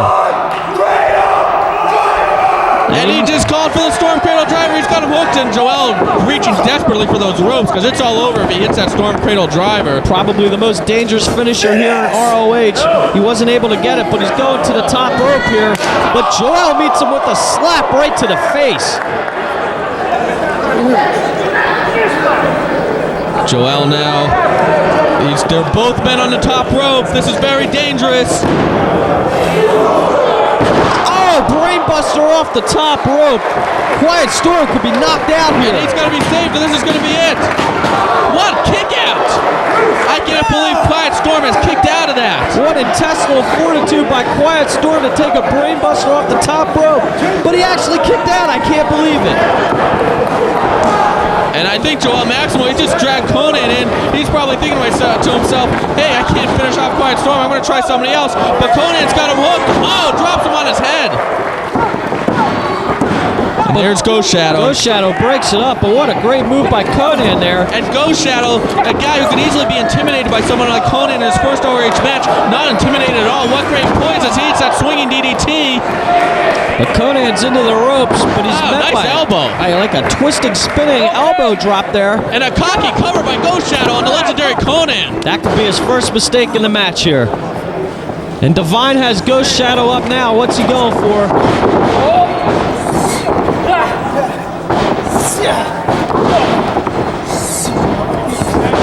Oh, drops him on the knee, on the leg. Beautiful shin breaker into kind of like a shin breaker dragon screw there. And it looks like he might be going for Texas Cloverleaf. That's right. We saw Matt Stryker tap to this earlier. Are we going to see it again? No. Jose breaks it up. And he had to break it up. And we're kind of getting a little bit of Scramble Lucha Libre rules here, as it looks like it's kind of turned into a free-fall. And whoa, DDT. Nice DDT. I mean, everybody talks about Lucha Libre wrestling with its high flying and everything, but Lucha Libre is definitely about submission wrestling, a different kind of submission wrestling that you traditionally see here in America, but Lucha Libre definitely has more facets than just high flying. And there you see Quiet Storm now, and he's got, he's got him up. He's got Jose hooked and drops him down. Kind of a look at that double boot to the face after hitting him with kind of a variation of the Storm Cradle driver. And Ghost Shadow now, he's got Quiet Storm up. He's looking for a high impact move. No, Quiet Storm blocking that powerbomb, trying to powerbomb again. Plants him. Nice. Oh, kick out, but Konnan was making the save anyways. And that leaves Konnan in the ring now with Ghost Shadow. Seems like all the members of this tag team match are out though, except these two guys. And I've been very impressed with Konnan in this one as he's got himself for the Splash Mountain, drops him down. And Ghost Shadow kicks out. I'll give Ghost Shadow What's he going for here? I thought maybe that Tequila Sunrise. Picks him up. Fireman's carry. Drops him. Takes him down. A variation. And now it looks like he's getting him hooked again. He's got him in that Tequila Sunrise. He's got him. Can't Ghost Shadow hold on. This has finished off many guys in WCW. The Tequila Sunrise.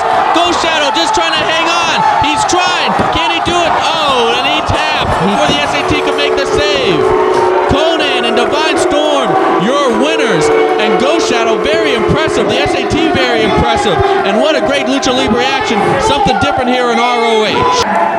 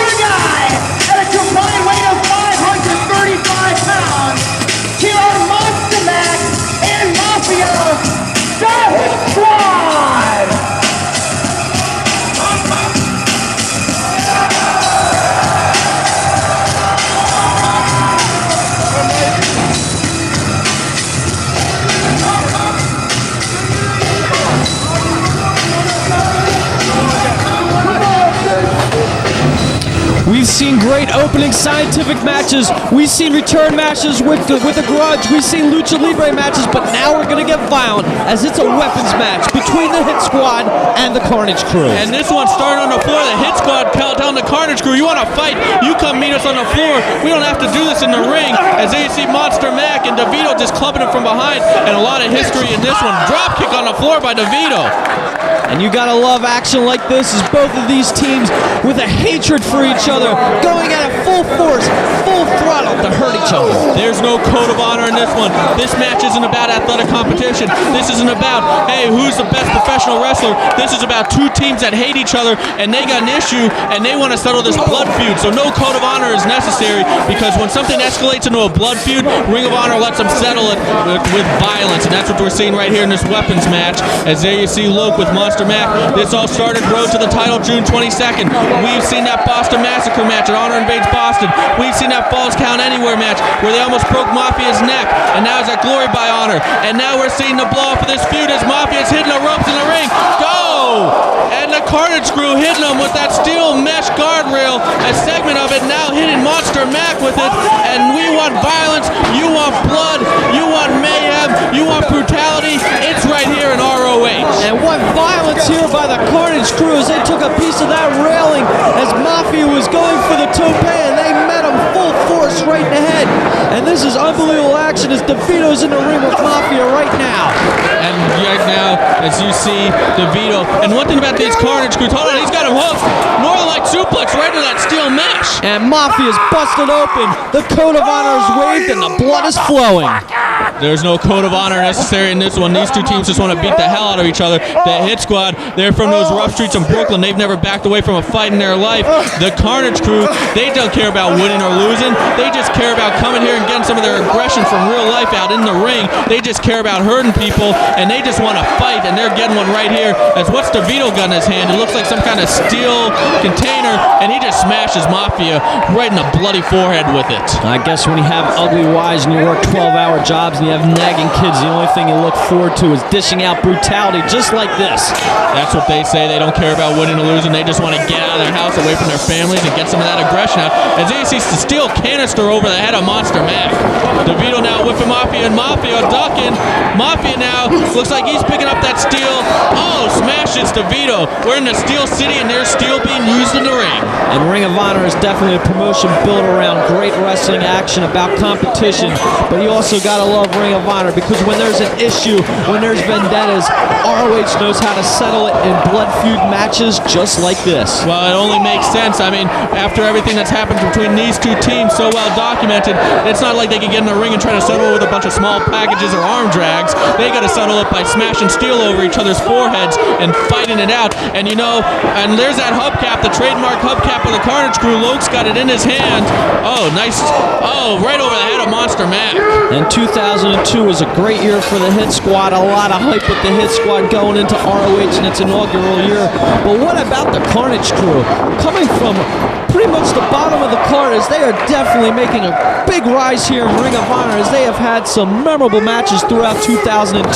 I am so impressed with the Carnage crew and what they do here in ROH. There you see a bloody DeVito with the cover. Ref Gary Moore saying it's just not quite enough. And there's Monster Mac over the slamming DeVito over the head. And you mentioned the Carnage crew.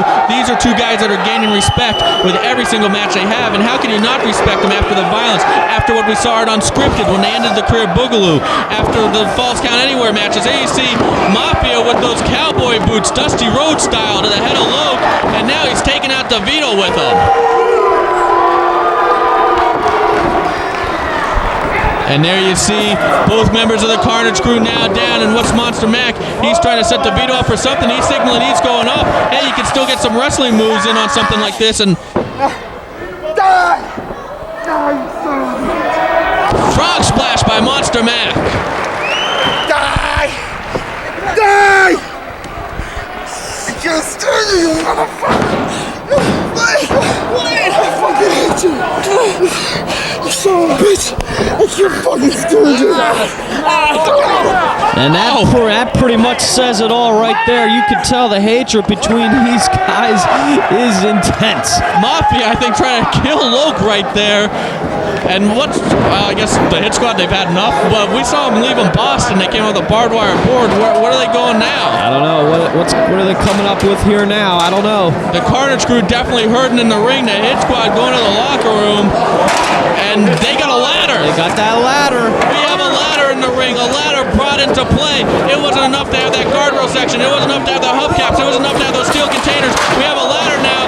Luke ducks it, but DeVito gets it. Now Luke gets it. And the Carnage crew is down. The Carnage crew bloodied, battered. The Hit Squad, the final chapter. Bragging rights on the line. Who's going to win this feud? The Hit Squad definitely want to win this match, but I think they also want to dish out some punishment here through all the hell that the Carnage crew put the Hit Squad through in 2002. And the Carnage crew, what a year 2002 was when it came to violence. That Abdul the Butcher match and Homicide and Night of the Butcher. That famous bunkhouse match at Crown and Champion. Of course, the whole feud with the Hit Squad. It was nothing but violence as Monster Mac going up the ladder. And what kind of idea can he have? Oh! The ladder giving way under the weight of Monster Mac, and that could be a turning point in this match, as look at that ladder just bent. And DeVito taking advantage of the opportunity with that hubcap to the head of Mafia. Monster Mac is down. Luke now getting to his feet. And what's he going for here? I think they just want to fight here. They want to dish out more punishment here to DHS. Luke has Matsumak in the corner. He's driving those shoulders right in there. Oh, and DeVito suplexes that ladder on the Mafia.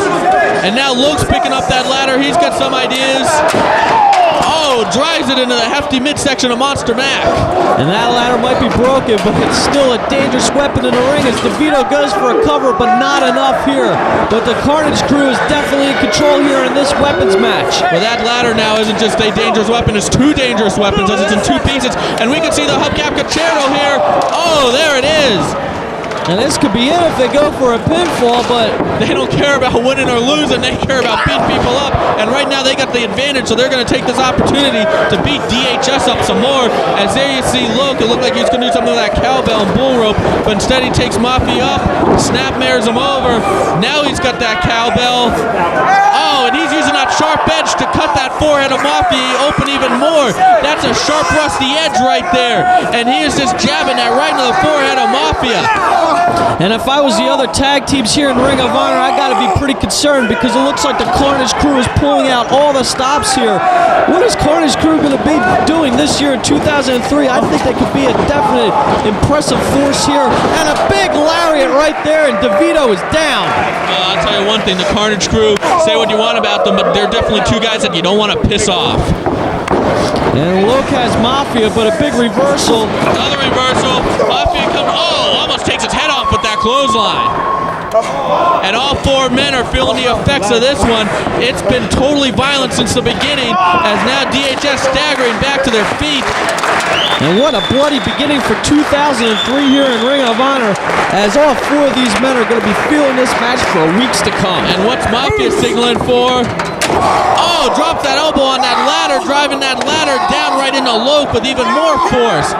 And now Monster Mac and DeVito, you see him hanging on. And I think that move, that took a lot out of Mafia, but that's the kind of guys that the Hit Squad are, and Luke and DeVito too. They'll suffer some pain in order to inflict more on their opponent. And that's what we're seeing right here in this weapons match. Uh-oh, I think a chair just got slid into the ring. What the hell's next? The kitchen sink? As they're pulling out all stops here. What are they setting up? Look at the Carnage crew. Their heads are stuck in that ladder in a very bad way. And both Monster Mac and Mafia got chairs. And my goodness! And look at Luke. He's writhing in pain on the ground. And DeVito looks like he's knocked out. This could be a great opportunity for the Hit Squad to go for the pin. And we got a cover. But no, Luke kicks out. And of course, winning and losing, it's all about revenge. But if you win, then you really got that revenge. You won that feud. And right now, I think all four of these guys are just so beat up, so bloodied, that they're just looking for this match to end and go back to the locker room. I think they've proven everything they need to prove in this one. As you see Monster Mac choking the life out of DeVito right there. And Gary Moore, yeah, that's it, Gary. Get the ladder out of the way. That's going to do a lot of good. And Luke, he is hurt. He is down. And we have a table now. We have a table. Mafia sliding that into the ring. This definitely means trouble for somebody here. I got a feeling someone's going to be going through that table. And you know what's interesting? This feud actually began June 22nd, road to the title, when Mafia powerbombed Luke through a table that DeVito was laying on when they saved their friend Homicide, their training partner Homicide, the man that actually trained him. And it all began with that table break, and it escalated when Mafia was power-driven through that table at Glory by Honor. And now we have a table into the ring in the final match between these two in the blow-up of the feud in the final battle as Mafia's going for a suplex. No, he gets tagged with that chair. Wow, what a vicious chair shot there by DeVito to the back of Monster Mac. And it looks like the Carnage crew are setting up this table. What could this mean for the Hit Squad? Maybe they do that spike pile driver off the second rope. Maybe they could do that spike pile driver off the second rope through that table. What a way to start out 2003 here if the Carnage crew could defeat the Hit Squad here in this weapons match. They would just elevate up the tag team rankings here in ROH. And they're laid Monster Mac down. They're working on him, obviously some ideas. DeVito, he's been known to do that moonsault, and he's signaling for it. He's going to try to moonsault Monster Mac through the table, but there's Mafia. He's up, and chair right across the head of Luke. And Luke is met with a vicious chair shot to the head, and DeVito just got draped over the top rope. He's in a real precarious position right here. And And they're softening up DeVito. And all four men just absolutely exhausted after the blood loss in this one, after the way they pounded each other in the head. And now, hold on, DeVito's prone on that table. Mafia's going up. And this is shades of road to the title right here as they're hooking Loca for that power bomb. And he's got him. DeVito is hurt on that table. He's not moving. Oh! Power bombs Loca on DeVito through the table. We got a cover. And the Hit Squad win. The Hit Squad win the feud. It ended just how it started with the power bomb through the table. What violence, what action, and what does 2003 hold for both these teams?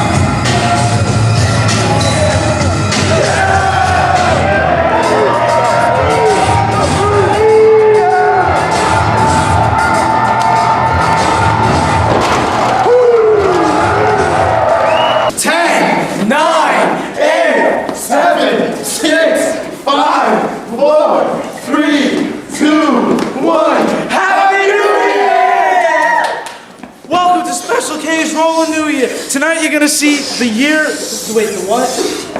review of Ring of Honor and stuff, man. We got Yayo over here, my man Yayo. We got Izzy. Take a look at him. He's all Izzy and stuff. And we don't know his name yet. And I'm Dixie, and we're gonna show you the first match tonight, which is Kilo or Low Key, something like that, versus Dragon and Daniels. Just take it away, man. Come on, dance! Woo!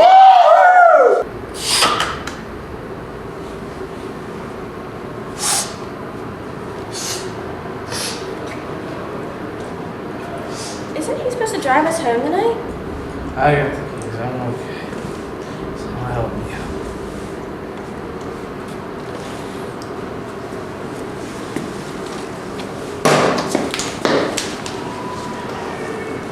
I'm good to drive. Don't worry. I got it. Where you girls live again?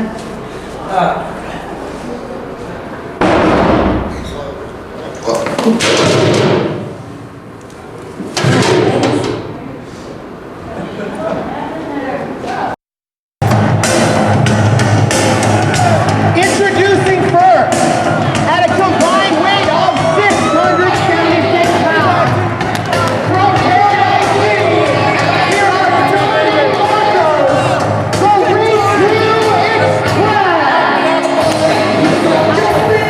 And their tag team partners, from the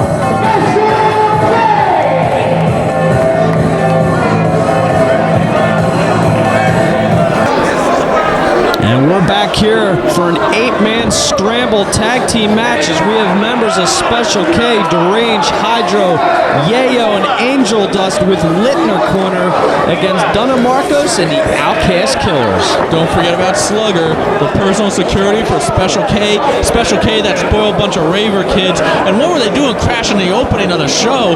They're not scheduled to be on there, but they paid the price. They came out here, tried to make a mockery of ROH's debut in Pittsburgh, and they got hit by DHS and SAT.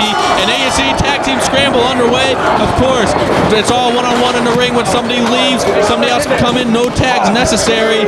And, of course, it's one fall to a finish. That's what makes a tag team scramble the exciting match that it is. As we got the Outcast Killers and Donna Marcos on the outside, Special K on the inside. Triple tope by Yayo, Hydro, and Angel Dust. And that leaves Deranged in the ring. And what a loudmouth Deranged was in that opening segment when they crashed a party and tried to have a rave in the ring. And First of all, he thinks he's in Cleveland. What's he talking about? I have no idea. But these guys, they took a beating at the beginning, and I heard they did some partying in the locker room to get in better shape for this match. And what's this? Springboard into a senton. What an incredible springboard somersault maneuver there by Deranged as everybody's down except for Dunn as he's peppering on Yayo with some forearms, but Yayo comes back. With a low blow right there, and there you see Slugger. That's one guy you don't want to mess with. Absolutely not. You know, I tried to get in the locker room for some comments from Special K, and he said I needed a VIP pass to talk to him?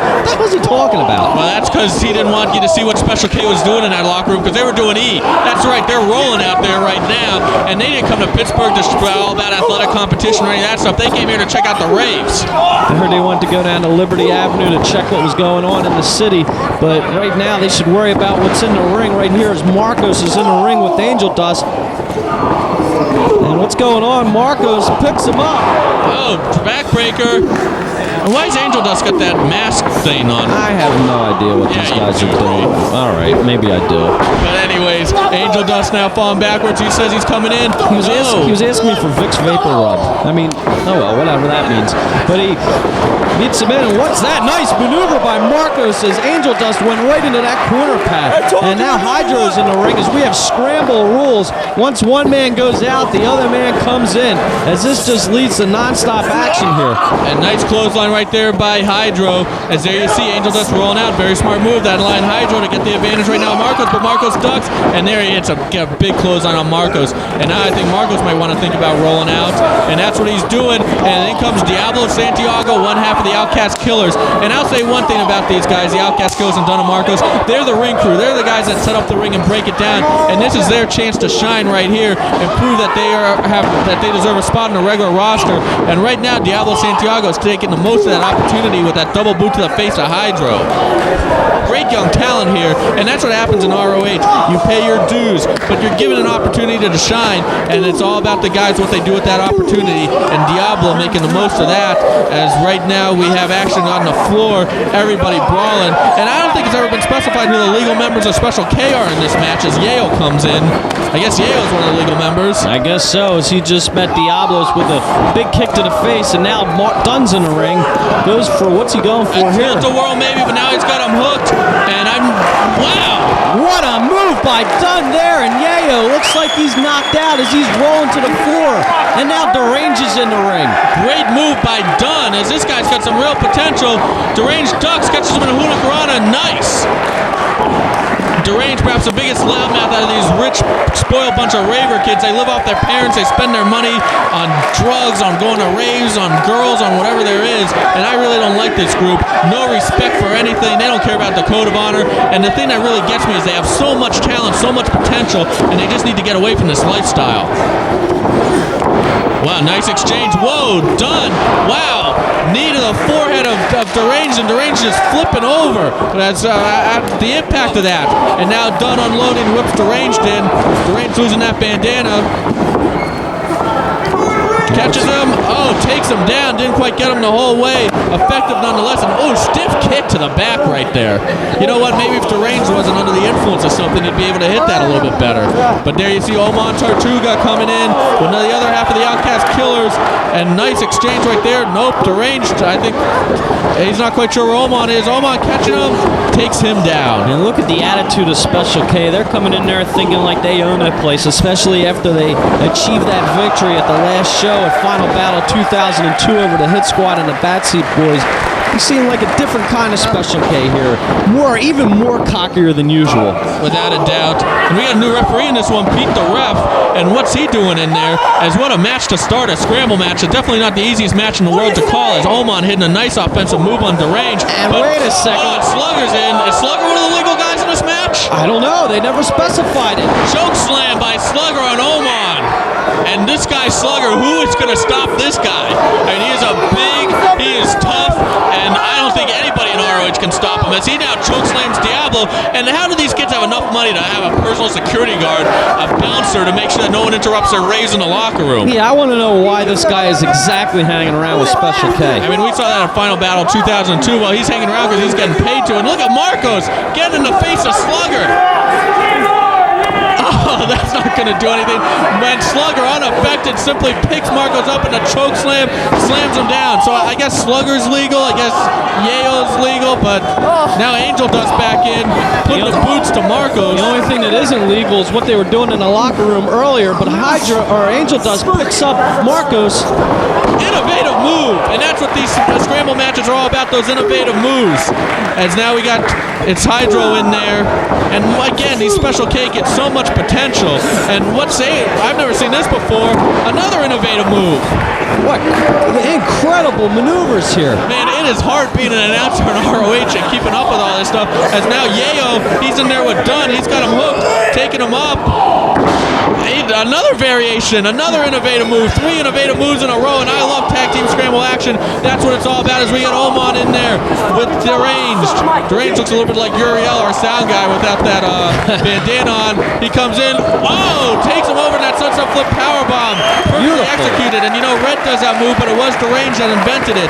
It was Deranged that innovated it, and we saw 4 innovative moves in a row right there by the Special K members, as Angel does throwing Marcos back in the ring, and here comes Slugger again, and Pete the Ref, I don't think Pete the Ref has any clue what he's doing in his rookie match here in ROH, as, well, I guess it's a scramble. I can't keep track of who's legal, but I guess he's letting it go, so let's let it go. Marco's trying to run away, but he gets caught in the body bag by Slugger. I know the name of that one. And now, what's going on here? Putting Deranged up on his shoulders, and what? I guess so. All 4 members of Special K looking great as we head into Queens, the mother of all scrambles. It's going to be like 16 guys in the scramble match in Queens, New York, and that's going to be lightning quick. That's going to be all Impact as we head to the first anniversary show. February the 8th, ROH makes its debut in New York City. Special K, they're going to have like 7-8 members on their team against the Hit Squad. SAT Divine Storm, that feud's going to possibly end in Queens, New York.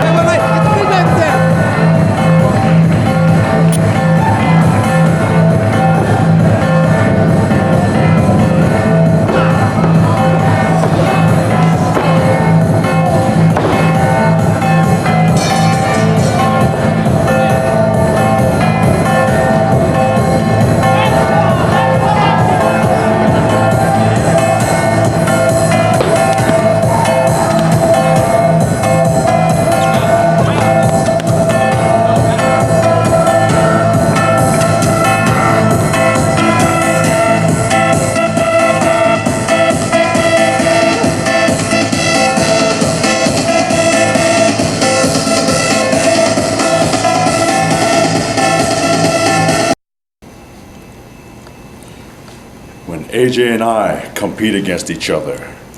It is for the respect and the love for pro wrestling. That is why we come here to Ring of Honor. It is where we can show our true selves. It is where we can compete as athletes. Tonight in Pittsburgh, it isn't about the love of pro wrestling. It's about the hatred for the prophecy. Chris Daniels, it's been almost 1 year since we began our war. And tonight, I will end it. Xavier, I gave my soul for that ROH title, and you sold yours for it.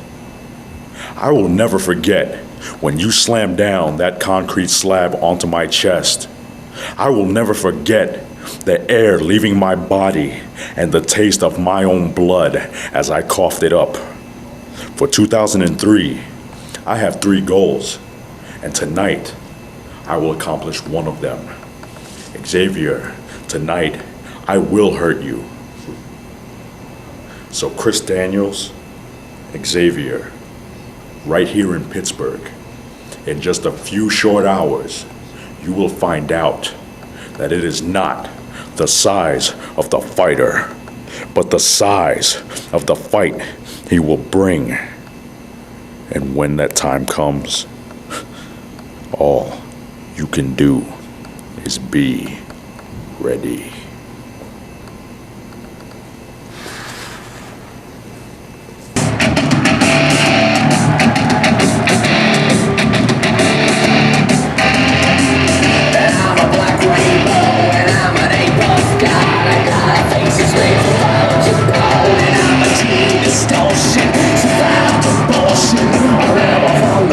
Down.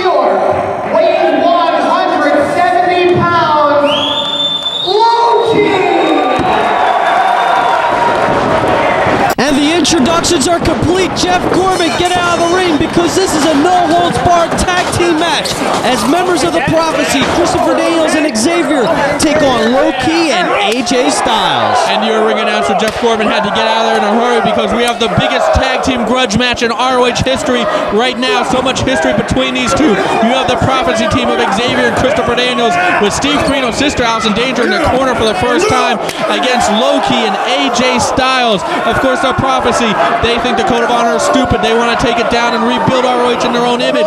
And they have waged war against Low-Ki and AJ Styles, among others, over 2002, and it could get settled right here tonight. As you see Xavier, the all-around best, the ROH champion, taking it to Low-Ki, AJ Styles, and Chris Daniels brawling on the other side. And just look at the history we got right here, especially with Low-Ki and Xavier. It was Xavier fooling all the fans, shocking everyone by joining the Prophecy on September 21st at Unscripted and winning that ROH title from Low-Ki, but only after he took one of those concrete slabs that holds the guardrails up and drove that into Low-Ki's chest, breaking some of his ribs, causing internal bleeding. And now these two are gonna settle their issue. Low-Ki never able to get revenge, and he's hoping to settle it right here tonight in Pittsburgh, Pennsylvania, in the main event. And what a great ROH show this has been. And what a great opportunity for Low-Ki to get some revenge on Xavier, because it was on the Final Battle 2002 videotape that Low-Ki said that he had 3 things that he was striving for in 2003, and one of them was to hurt Xavier, and he's going to try to get that opportunity here tonight as he tags in AJ Styles. And let's just get the rules straight on this one. It is no holds barred, meaning, hey, no holds are barred. That's pretty simple in itself, but it's not no disqualification, it's not bunkhouse, it's not anything like that. But referee Paul Turner has been instructed to, well, hey, be very relaxed with the rules, let a lot go, let these guys finally settle this issue. As you see Xavier getting it right now, stiff kick from AJ Styles, and that issue between AJ Styles and Xavier really took off late last year when AJ Styles became the #1 contender for the ROH title. That led to some locker room attacks. We saw that Scramble Madness, great match between AJ and Chris Daniels that ended in an attack, and now AJ, he's looking to get that final revenge from Xavier, as Xavier just snuck by and kept that ROH title in that match against AJ Styles at Night of the Butcher. And what's AJ got him set up for? Low-Ki running in, double boot to the back of the head of Xavier, and the ROH champion is powerbombed down. And even though there's no titles on the line here, there is so much on the line here. So much personal feelings. There is such a vendetta in a match like this, and this is definitely what Ring of Honor is about. And what a way to debut in Pittsburgh with a main event match just like this. And AJ now going for that elusive cover on Xavier. He was so close to getting that title, Night of the Butcher, just couldn't get it. Still hasn't gotten revenge for those locker room attacks that we saw at Scramble Madness, that in-ring attack at Scramble Madness, and now he could get it tonight as Chris Daniels breaking things up. Chris Daniels, the leader of the Prophecy. Of course, his feud with Low-Ki, that began on the very first show when he didn't shake hands. He was the first guy to break the Code of Honor, and it just took off from there, and it ignited all through 2002 between Low-Ki and Chris Daniels, and we could be seeing the final chapter right here in this tag team grudge match. That's right, the hatred's been brewing between these two for at least the last 11 months. Oh, look at that by Xavier. And you're right, it could come to an end here tonight. And Xavier follows up with a big forearm or punch right to the face of AJ Styles, and AJ's down right now. And there's a tag in. Chris Daniels in for the first time officially.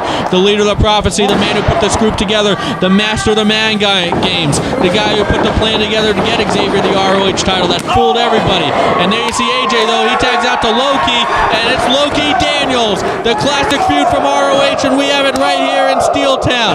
Chops by Low-Ki, and you can tell this is a different kind of match because Low-Ki dressed a little bit differently than he normally does for the athletic style ROH matches, and that's because we have a no-holds-barred grudge match right here as Daniels now Low-Ki ducks and connects with that forearm. And you were talking about Christopher Daniels being the master of the mind games, and what mind games he's playing with Steve Corino by actually introducing Steve Corino's sister, Allison Danger, as the newest member of the Prophecy. I mean, what does Steve Corino got to feel about something like that? I don't know, but Chris Daniels, he tags in Xavier. Xavier taken down with a drop toe hold. Low-Ki picks him up, and of course the Prophecy, they don't care about the Code of Honor. They love to break the Code of Honor, and we got the crush combo. This could be the crush combo. There's kick number 1. Brutal kick number 2. Did you see Xavier's body jar? Daniels tried to cut up number 3, but AJ from behind, and then Low-Ki with kick number 3 of the crush combo. Covered now by AJ. What an impressive combo of kicks by AJ Styles and Low-Ki. They're working like a well-oiled machine here in this tag team grudge match. As there you see a front chancery right there. Oh no, he's got him hooked. Maybe a vertical suplex. He's trying on Xavier. He's got him up. Brainbuster. Wow, what velocity as he dropped him right on top of his head. But no, Daniels makes the save here. And the all-around best Xavier taking a beating so far in this one, as you see the phenomenal AJ Styles looking to follow it up. So frustrated in that match of Night of the Butcher after those locker room attacks. Can he get his revenge right here as he whips him in? No, boot by Xavier. And you know what, Xavier, this is a guy, beautiful DDT. Xavier fouled that up with an incredible DDT. Xavier's a guy with all the tools, all the ability, all the skill to be an ROH champion on his own. Instead, he chose the shortcuts of the prophecy, and he could be paying the price tonight, but hey, no one's been able to beat him so far for that ROH title. The fans hate him as champions, the internet hates him as champions, the sheet writers hate him as champion, but so far AJ Styles has failed, Paul London has failed, and Jay Briscoe has failed. Who's finally going to be able to defeat him? Well, we're going to wait and see in 2003, and a lot of people are saying... Oh, and look at AJ's nose is busted. This is what happens when you get in grudge matches like this. The action is hot and heavy, but a lot of people have stated that they think Xavier's lucky, but I really think he's just really an incredible athlete. He's beaten the best here in Ring of Honor. You cannot deny it. Yep, I completely disagree with his tactics, but you can't deny his record at all. As AJ's got the Fallen Angel, Daniels hooked, and they're both down with that. Both guys catching each other in that neck breaker sort of move, and both guys are down. AJ needs a tag, busted nose and all, and he tags in Low-Ki.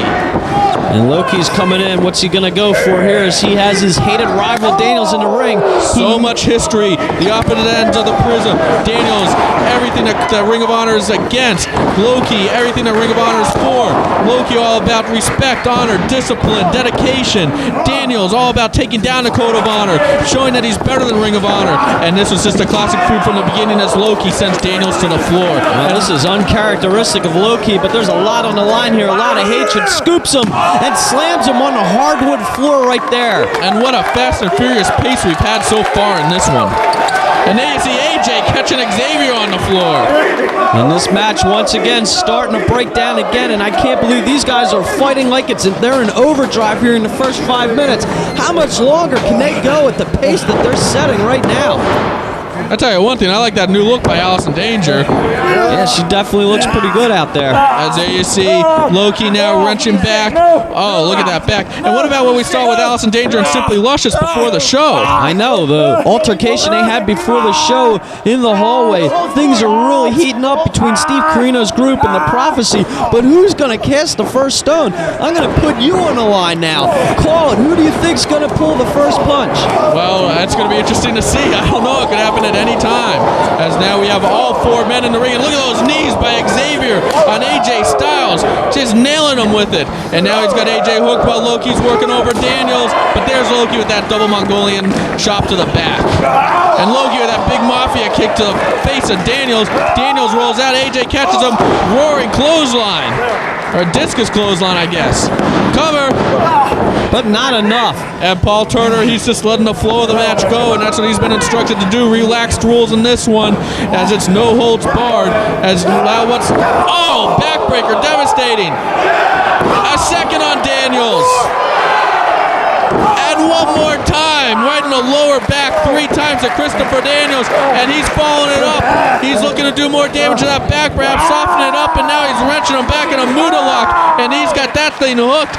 Could Daniels tap? We could see a tap, and guess what? If Daniels makes the ropes, it doesn't matter, and he does make the ropes, but that's not going to break the hold in this one, because it's no holds barred. You can use the ropes, as you see Low-Ki kicking that hand away, and it doesn't matter if he's got it or not. Look at Daniels begging Xavier to come in, and here you see the ring general Daniels is in, signaling for Xavier to get in. You know he wasn't getting out of that hold, and Xavier comes in and cuts him off, and now a big European uppercut on AJ, and down goes AJ. Cover. But no, not enough there. And Low-Ki comes in the ring as we're almost in the Texas Tornado rules right here as all 4 men are in the ring. Oh, Mongolian's drop, and then a regular chop there by Loki as he sends Xavier out. And there's another chop, and he just chopped Xavier out of the ring. And now Loki comes over to Daniels just for good measure. Vertical suplex with a bridge pin. But no, not enough. And let me tell you what, I'm a fan of the Code of Honor. I think it's great and everything, but sometimes I like to see matches like this with some loose rules because the action's hot and heavy and things get settled. We need matches like this in Ring of Honor. Oh, without a doubt. You have no choice but to have them. And there's a cover right there by AJ because when issues escalate, there's only one way to settle them. That's with that bad blood. And while these four take a lot of pride in their athletic ability, there's also a lot of bad blood here, and they need a match like this to settle it. As we got a power slam perfectly executed by AJ and another cover. What a tag team match we're seeing so far. This one living up to the hype as the biggest tag team grudge match in ROH history, and it could be the final chapter of the Loki AJ versus Prophecy feud. And Loki now has a camel clutch on the Christopher Daniels. Don't forget, Daniels took those backbreakers before by AJ. Yeah, his back's already softened up, and look at Loki. Pull it back, and Xavier comes in, but no, Loki holds on. His kick wasn't strong enough. Oh, and you know what? Oh, look at Loki's body rattle on those kicks, but Loki, too much pride to show Xavier that he's hurting him, so he's just absorbing those kicks and holding on to Daniels, and that's the kind of tough guy that Loki is. That just shows the hatred he has for Daniels because he'd absorb kicks like that for Xavier, but he still will hold on to dish out more punishment than Christopher Daniels. But this time Daniels catches Loki. Loki takes him over though, cover. Rolls through, but no, not enough. And Loki now still with the upper hand, picks up Daniels. A reversal, Daniels grabs and goes for the go behind, but now Loki with one. Into the rope, Daniels, we got a roll up here. And did you see Loki tuck the head in for extra leverage? That's right. Oh, but this time Daniels moves and Loki gets crotched on those ropes. Excuse me, not crotch, but throat first, right on that second rope. And now look at Allison Danger interfering. Oh, I hate to see that in Ring of Honor. But now look at Daniels.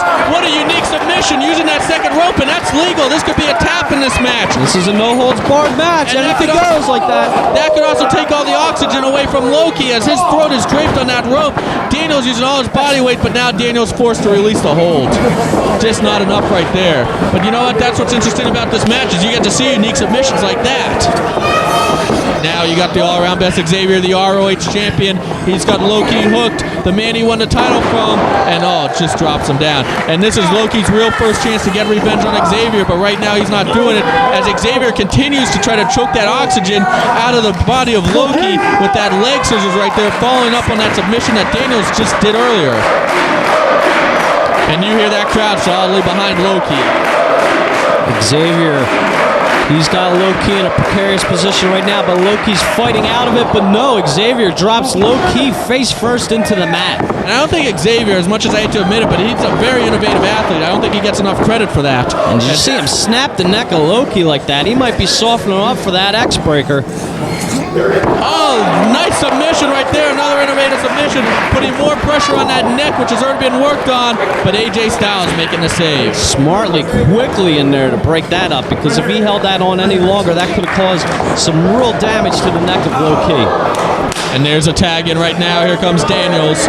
Daniels and Loki, the classic battle in ROH. And Daniels whips him in. Oh. Big lariat by Daniels, and Loki's down.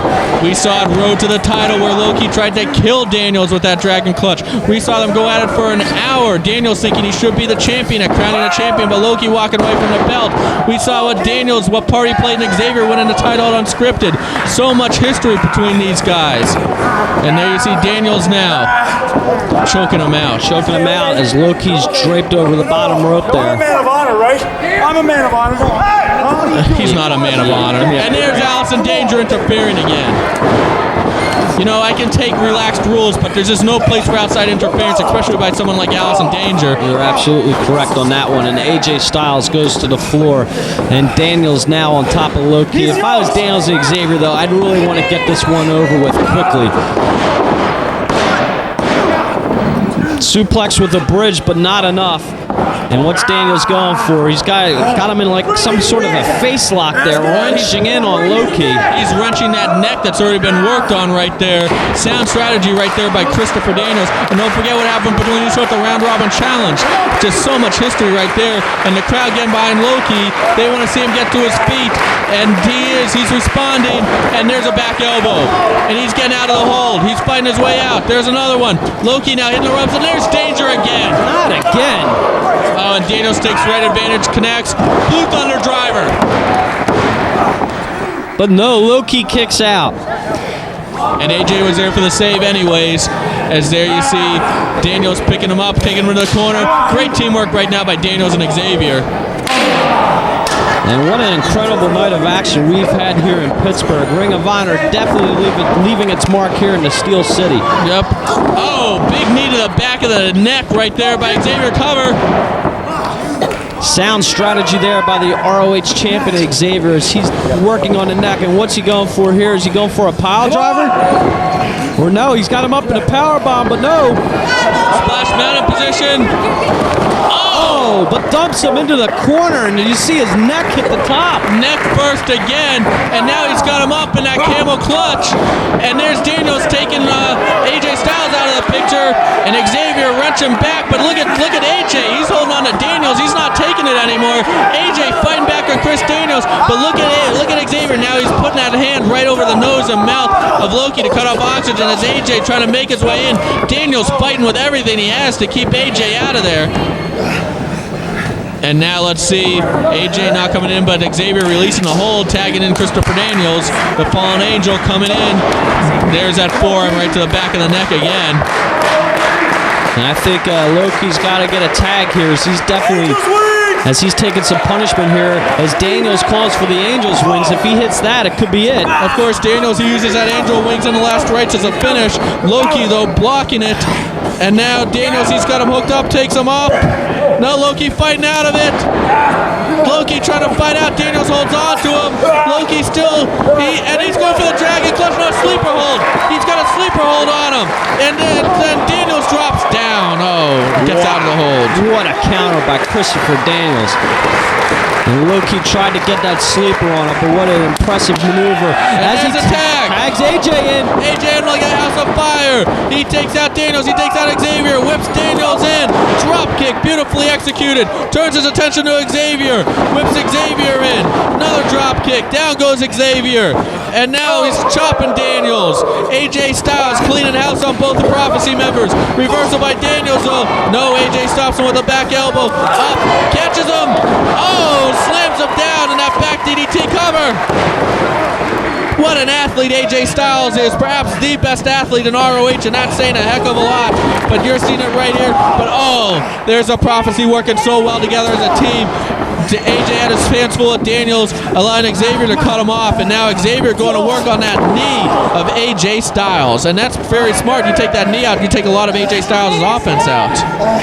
And these guys, what a pace they've been setting here. These four guys are in such incredible condition to be doing what they've been doing for the last 15 minutes or so. And there's a leg lock by, whoa! I just been handed this note. And check this out, just signed for February 8th in Queens, New York. We're going to find out who Xavier's going to face for the ROH title, and it's going to be the winner of a three-way earlier on that show. Loki, Paul London, and AJ Styles. Wow, are you kidding me? What a three-way dance that is. The winner of that three-way is going to go on that very same night to face Xavier for the ROH title. That's signed for Queens, and also just signed American Dragon Bryan Danielson versus Samoa Joe in a rematch. In a rematch from the match we had tonight? You got it. Oh. And that's coming on your next release from ROH. And check this out, March 15th when ROH goes back to Boston, the ROH tag titles are going to be on the line, and the Prophecy are required to defend them. And now look, let's see, we're going back to the match right there. As look at that submission by Daniels using the ropes again, taking advantage of that no-holds-barred stipulation, and that's why Daniels is one of the most intelligent competitors going again. Oh. Wow, Loki just kicked him right in the back of the head, and Daniels is staggering to the tag for Xavier. Very smart move, but going real back. All tickets, of course, to ROH events and all your upcoming news, including locker room scoops, your top 5 rankings, everything else can be found at ROHWrestling.com. And of course, you can, enziguri there by AJ. But real quick, for a selection of over 5,000 tapes, including the biggest names in the business, every promotion you can think of, check out rfvideo.com, ROHWrestling.com, or call 215-891-9404 as AJ fighting back right now, and he needs that tag in a bad way. That leg's been worked on. Chris Daniels using that innovative submission move, another one using the ropes, and AJ's got the tag in the low-key. Clothesline. And here comes Loki like a house of fire with a bunch of lariats there and a big boot to the abdominal section of Christopher Daniels. And a big kick, springboard off the middle rope. Loki in one of his trademark moves right there, and combo kick on Xavier. And these kicks have to be feeling so good for Loki as he knows he's getting that revenge right now. And he's got Daniels up perhaps for that crush rush. Oh, crush rush right into Xavier, and now he dumps Daniels down. And he's signaling this is it. But no, Xavier breaks up the pinfall attempt by Loki. And what a tag team match we're seeing here. These four have to be in such great condition. He's going for that again, trying that kick, but Xavier has it scouted. Takes him up reverse X Factor, or Kiss Your X Goodbye. Normally he does that face first by catching Loki and slamming him down back first, going for the cover, not enough. Of course, Xavier, he had that move well scouted as he can't go for a move twice when they're dealing with athletes with the intelligence of the ROH athletes right now. And Xavier, he's signaling for that 450. And the ROH champion goes to that 450 that he defeated Loki with. We could be seeing a replay of that right now. It was that 450 that pinned Loki and earned Xavier that ROH title. Daniels whips AJ, and AJ hits the ropes, causing Xavier to get crotched on the top, and then that back elbow right there, the springboard back elbow to Daniels. And I'd say right now Xavier's in a bad spot, just getting crotched. Beautiful move by AJ, and look at Loki, he's going for a submission. And out goes AJ Styles, but Loki's got a version of the abdominal stretch using those ropes for leverage, and this could be a tap. It's legal, no holds barred. Are we gonna see a tap right here? The champion, he's hurting, he's in pain. He needs to be saved. As look at Loki just wrench him back, but there's a fist right, the palm strike by Christopher Daniels to Loki, but he's on the top rope now with Loki, and a superplex off the second rope. And Xavier, he's still on the top rope. He's very dangerous up there, but AJ Styles beats him with a punch to his abdomen. And now AJ's got him hooked on the top rope. What's he going for, a superplex? I think Xavier better get off that top rope because he's taking a lot of punishment, but he does, but he reverses that on AJ and slams him down face first. All four men down, all four men exhausted. What a match we're seeing right here. And there you see the fans showing their appreciation for all that action going on, their respect for the hard-fought battle we're seeing. And I got a feeling right now we're seeing the final chapter of the feud between the Prophecy and Loki and AJ Styles. It could be happening right here in Steeltown, right here in the debut in Pittsburgh. The fans from Buffalo, Cleveland, all over are watching it. The fans from Ohio, Western Pennsylvania, Western New York are seeing that exchange of chops between Loki and Christopher Daniels. And there's the old finger to the eye. That'll cut you off. Angel's Wings, he's got him hooked. No, Loki blocking it, and look at that, he feeds him to AJ. We can see a Styles Clash coming right up. No, there's Xavier breaking it up. And now an ankle lock by Daniels. And Xavier's cutting off Loki.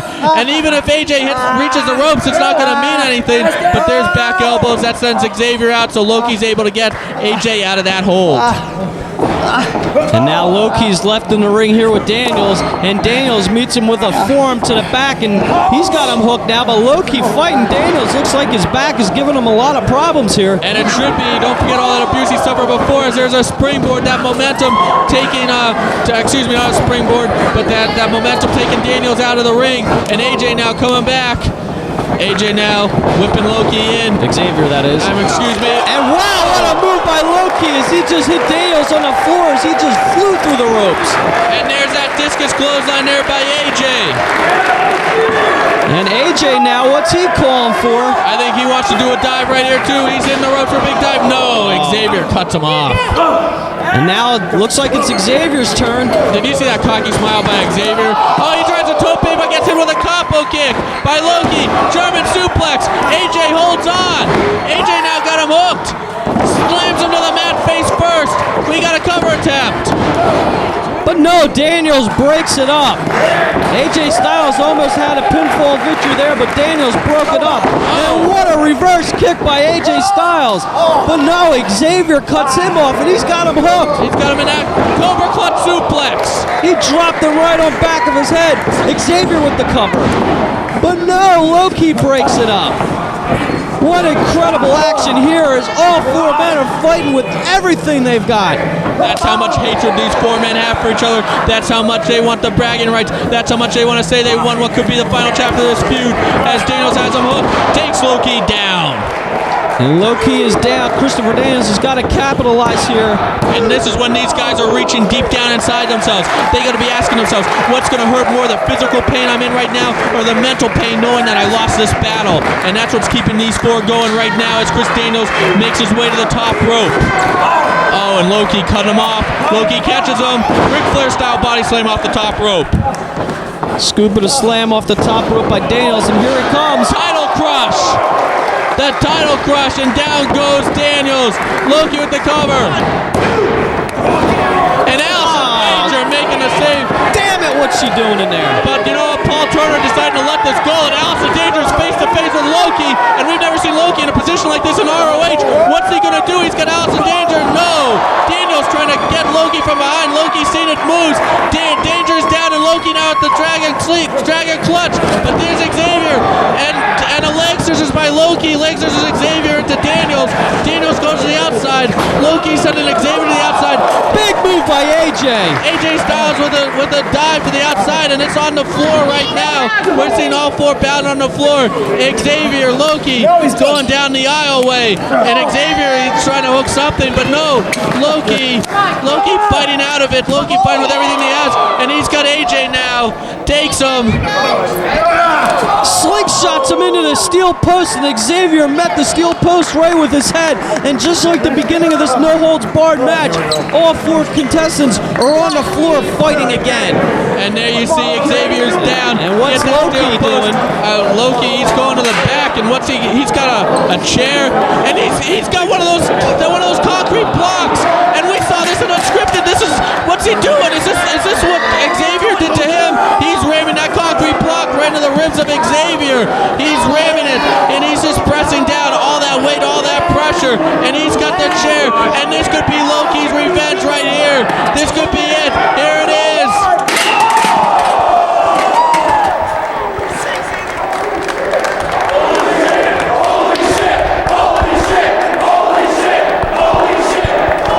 Loki just did to Xavier exactly what Xavier did to Loki at Unscripted that caused Loki to lose that ROH title. Loki is right on his way to get revenge. Xavier's hurt. That's got to break some ribs, Ray. And that is definitely payback for Loki on Xavier. And he's got to get Xavier in the ring because there's no way Xavier could continue in this matchup. No, you saw Loki. It took all his heart and determination and all his pride that made him go back to the ring at Unscripted. But there you see STO, he didn't get him. I don't think Xavier has that kind of determination that Loki has. The ROH champion is down. He might have suffered cracked ribs from there. And there you see now, right now, we got AJ and Daniels. They're going at it. Daniels ducks. Daniels now taking AJ. He's got the Angel's wings. He just did the Angel's wings. This is going to be over. The Prophecy's going to win. Kick out by AJ. And Daniels can't believe it. Christopher Daniels just hit the Angel's wings on AJ Styles, but he kicked out. Christopher Daniels almost winning the feud for the Prophecy right there. And Daniels getting desperate. What's he doing? He's setting up a table. What is he doing? This is I've never seen Chris Daniels use a table before. And he's setting up the table on the floor. What's he going for? What possibly could Christopher Daniels be doing here? Angel's wings! He's calling for the Angel's wings again. He's going to Angel wings AJ through the table. No, but AJ blocks it. AJ's taking Daniels up. Styles Clash! AJ's got him hooked. Styles Clash, Styles Clash. And that's it!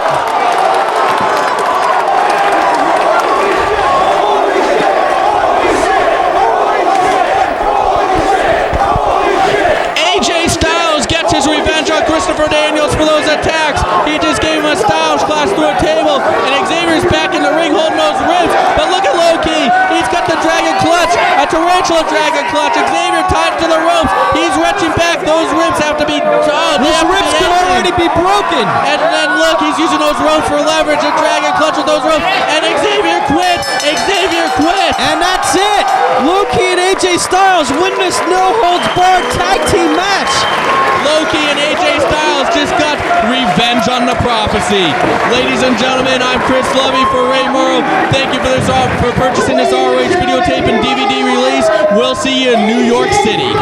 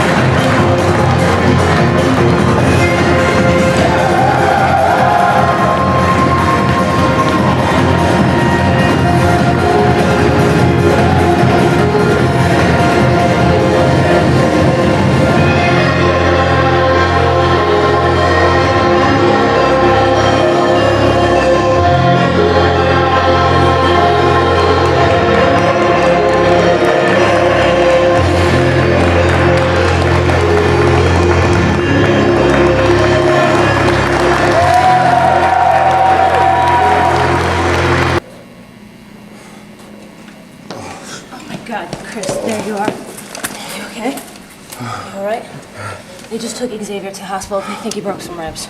Are you all right? Here, I got your belts. Here you go. Belts? Yeah, there's your The belts. belts. Both your belts. That's right. The belts. The belts. That's right. We still got the belts. Low key. AJ Styles. Tonight, you got lucky. Tonight, you won the no holds barred tag grudge match. That's right. Tonight, you were lucky. But against the Prophecy, you only need to be unlucky once. And that'll be it for you. But tonight wasn't a total loss. I'm still one half of the Ring of Honor Tag Team Champions. And Alice in Danger, you became a full-fledged member of the Prophecy tonight. And you, since you're Steve Corino's sister, you're gonna be integral in our fight against Steve and this group he's putting together against the Prophecy. You hear that, Steve? I've got your sister! So if you want a war, cast the first stone! Let's go. Let's go.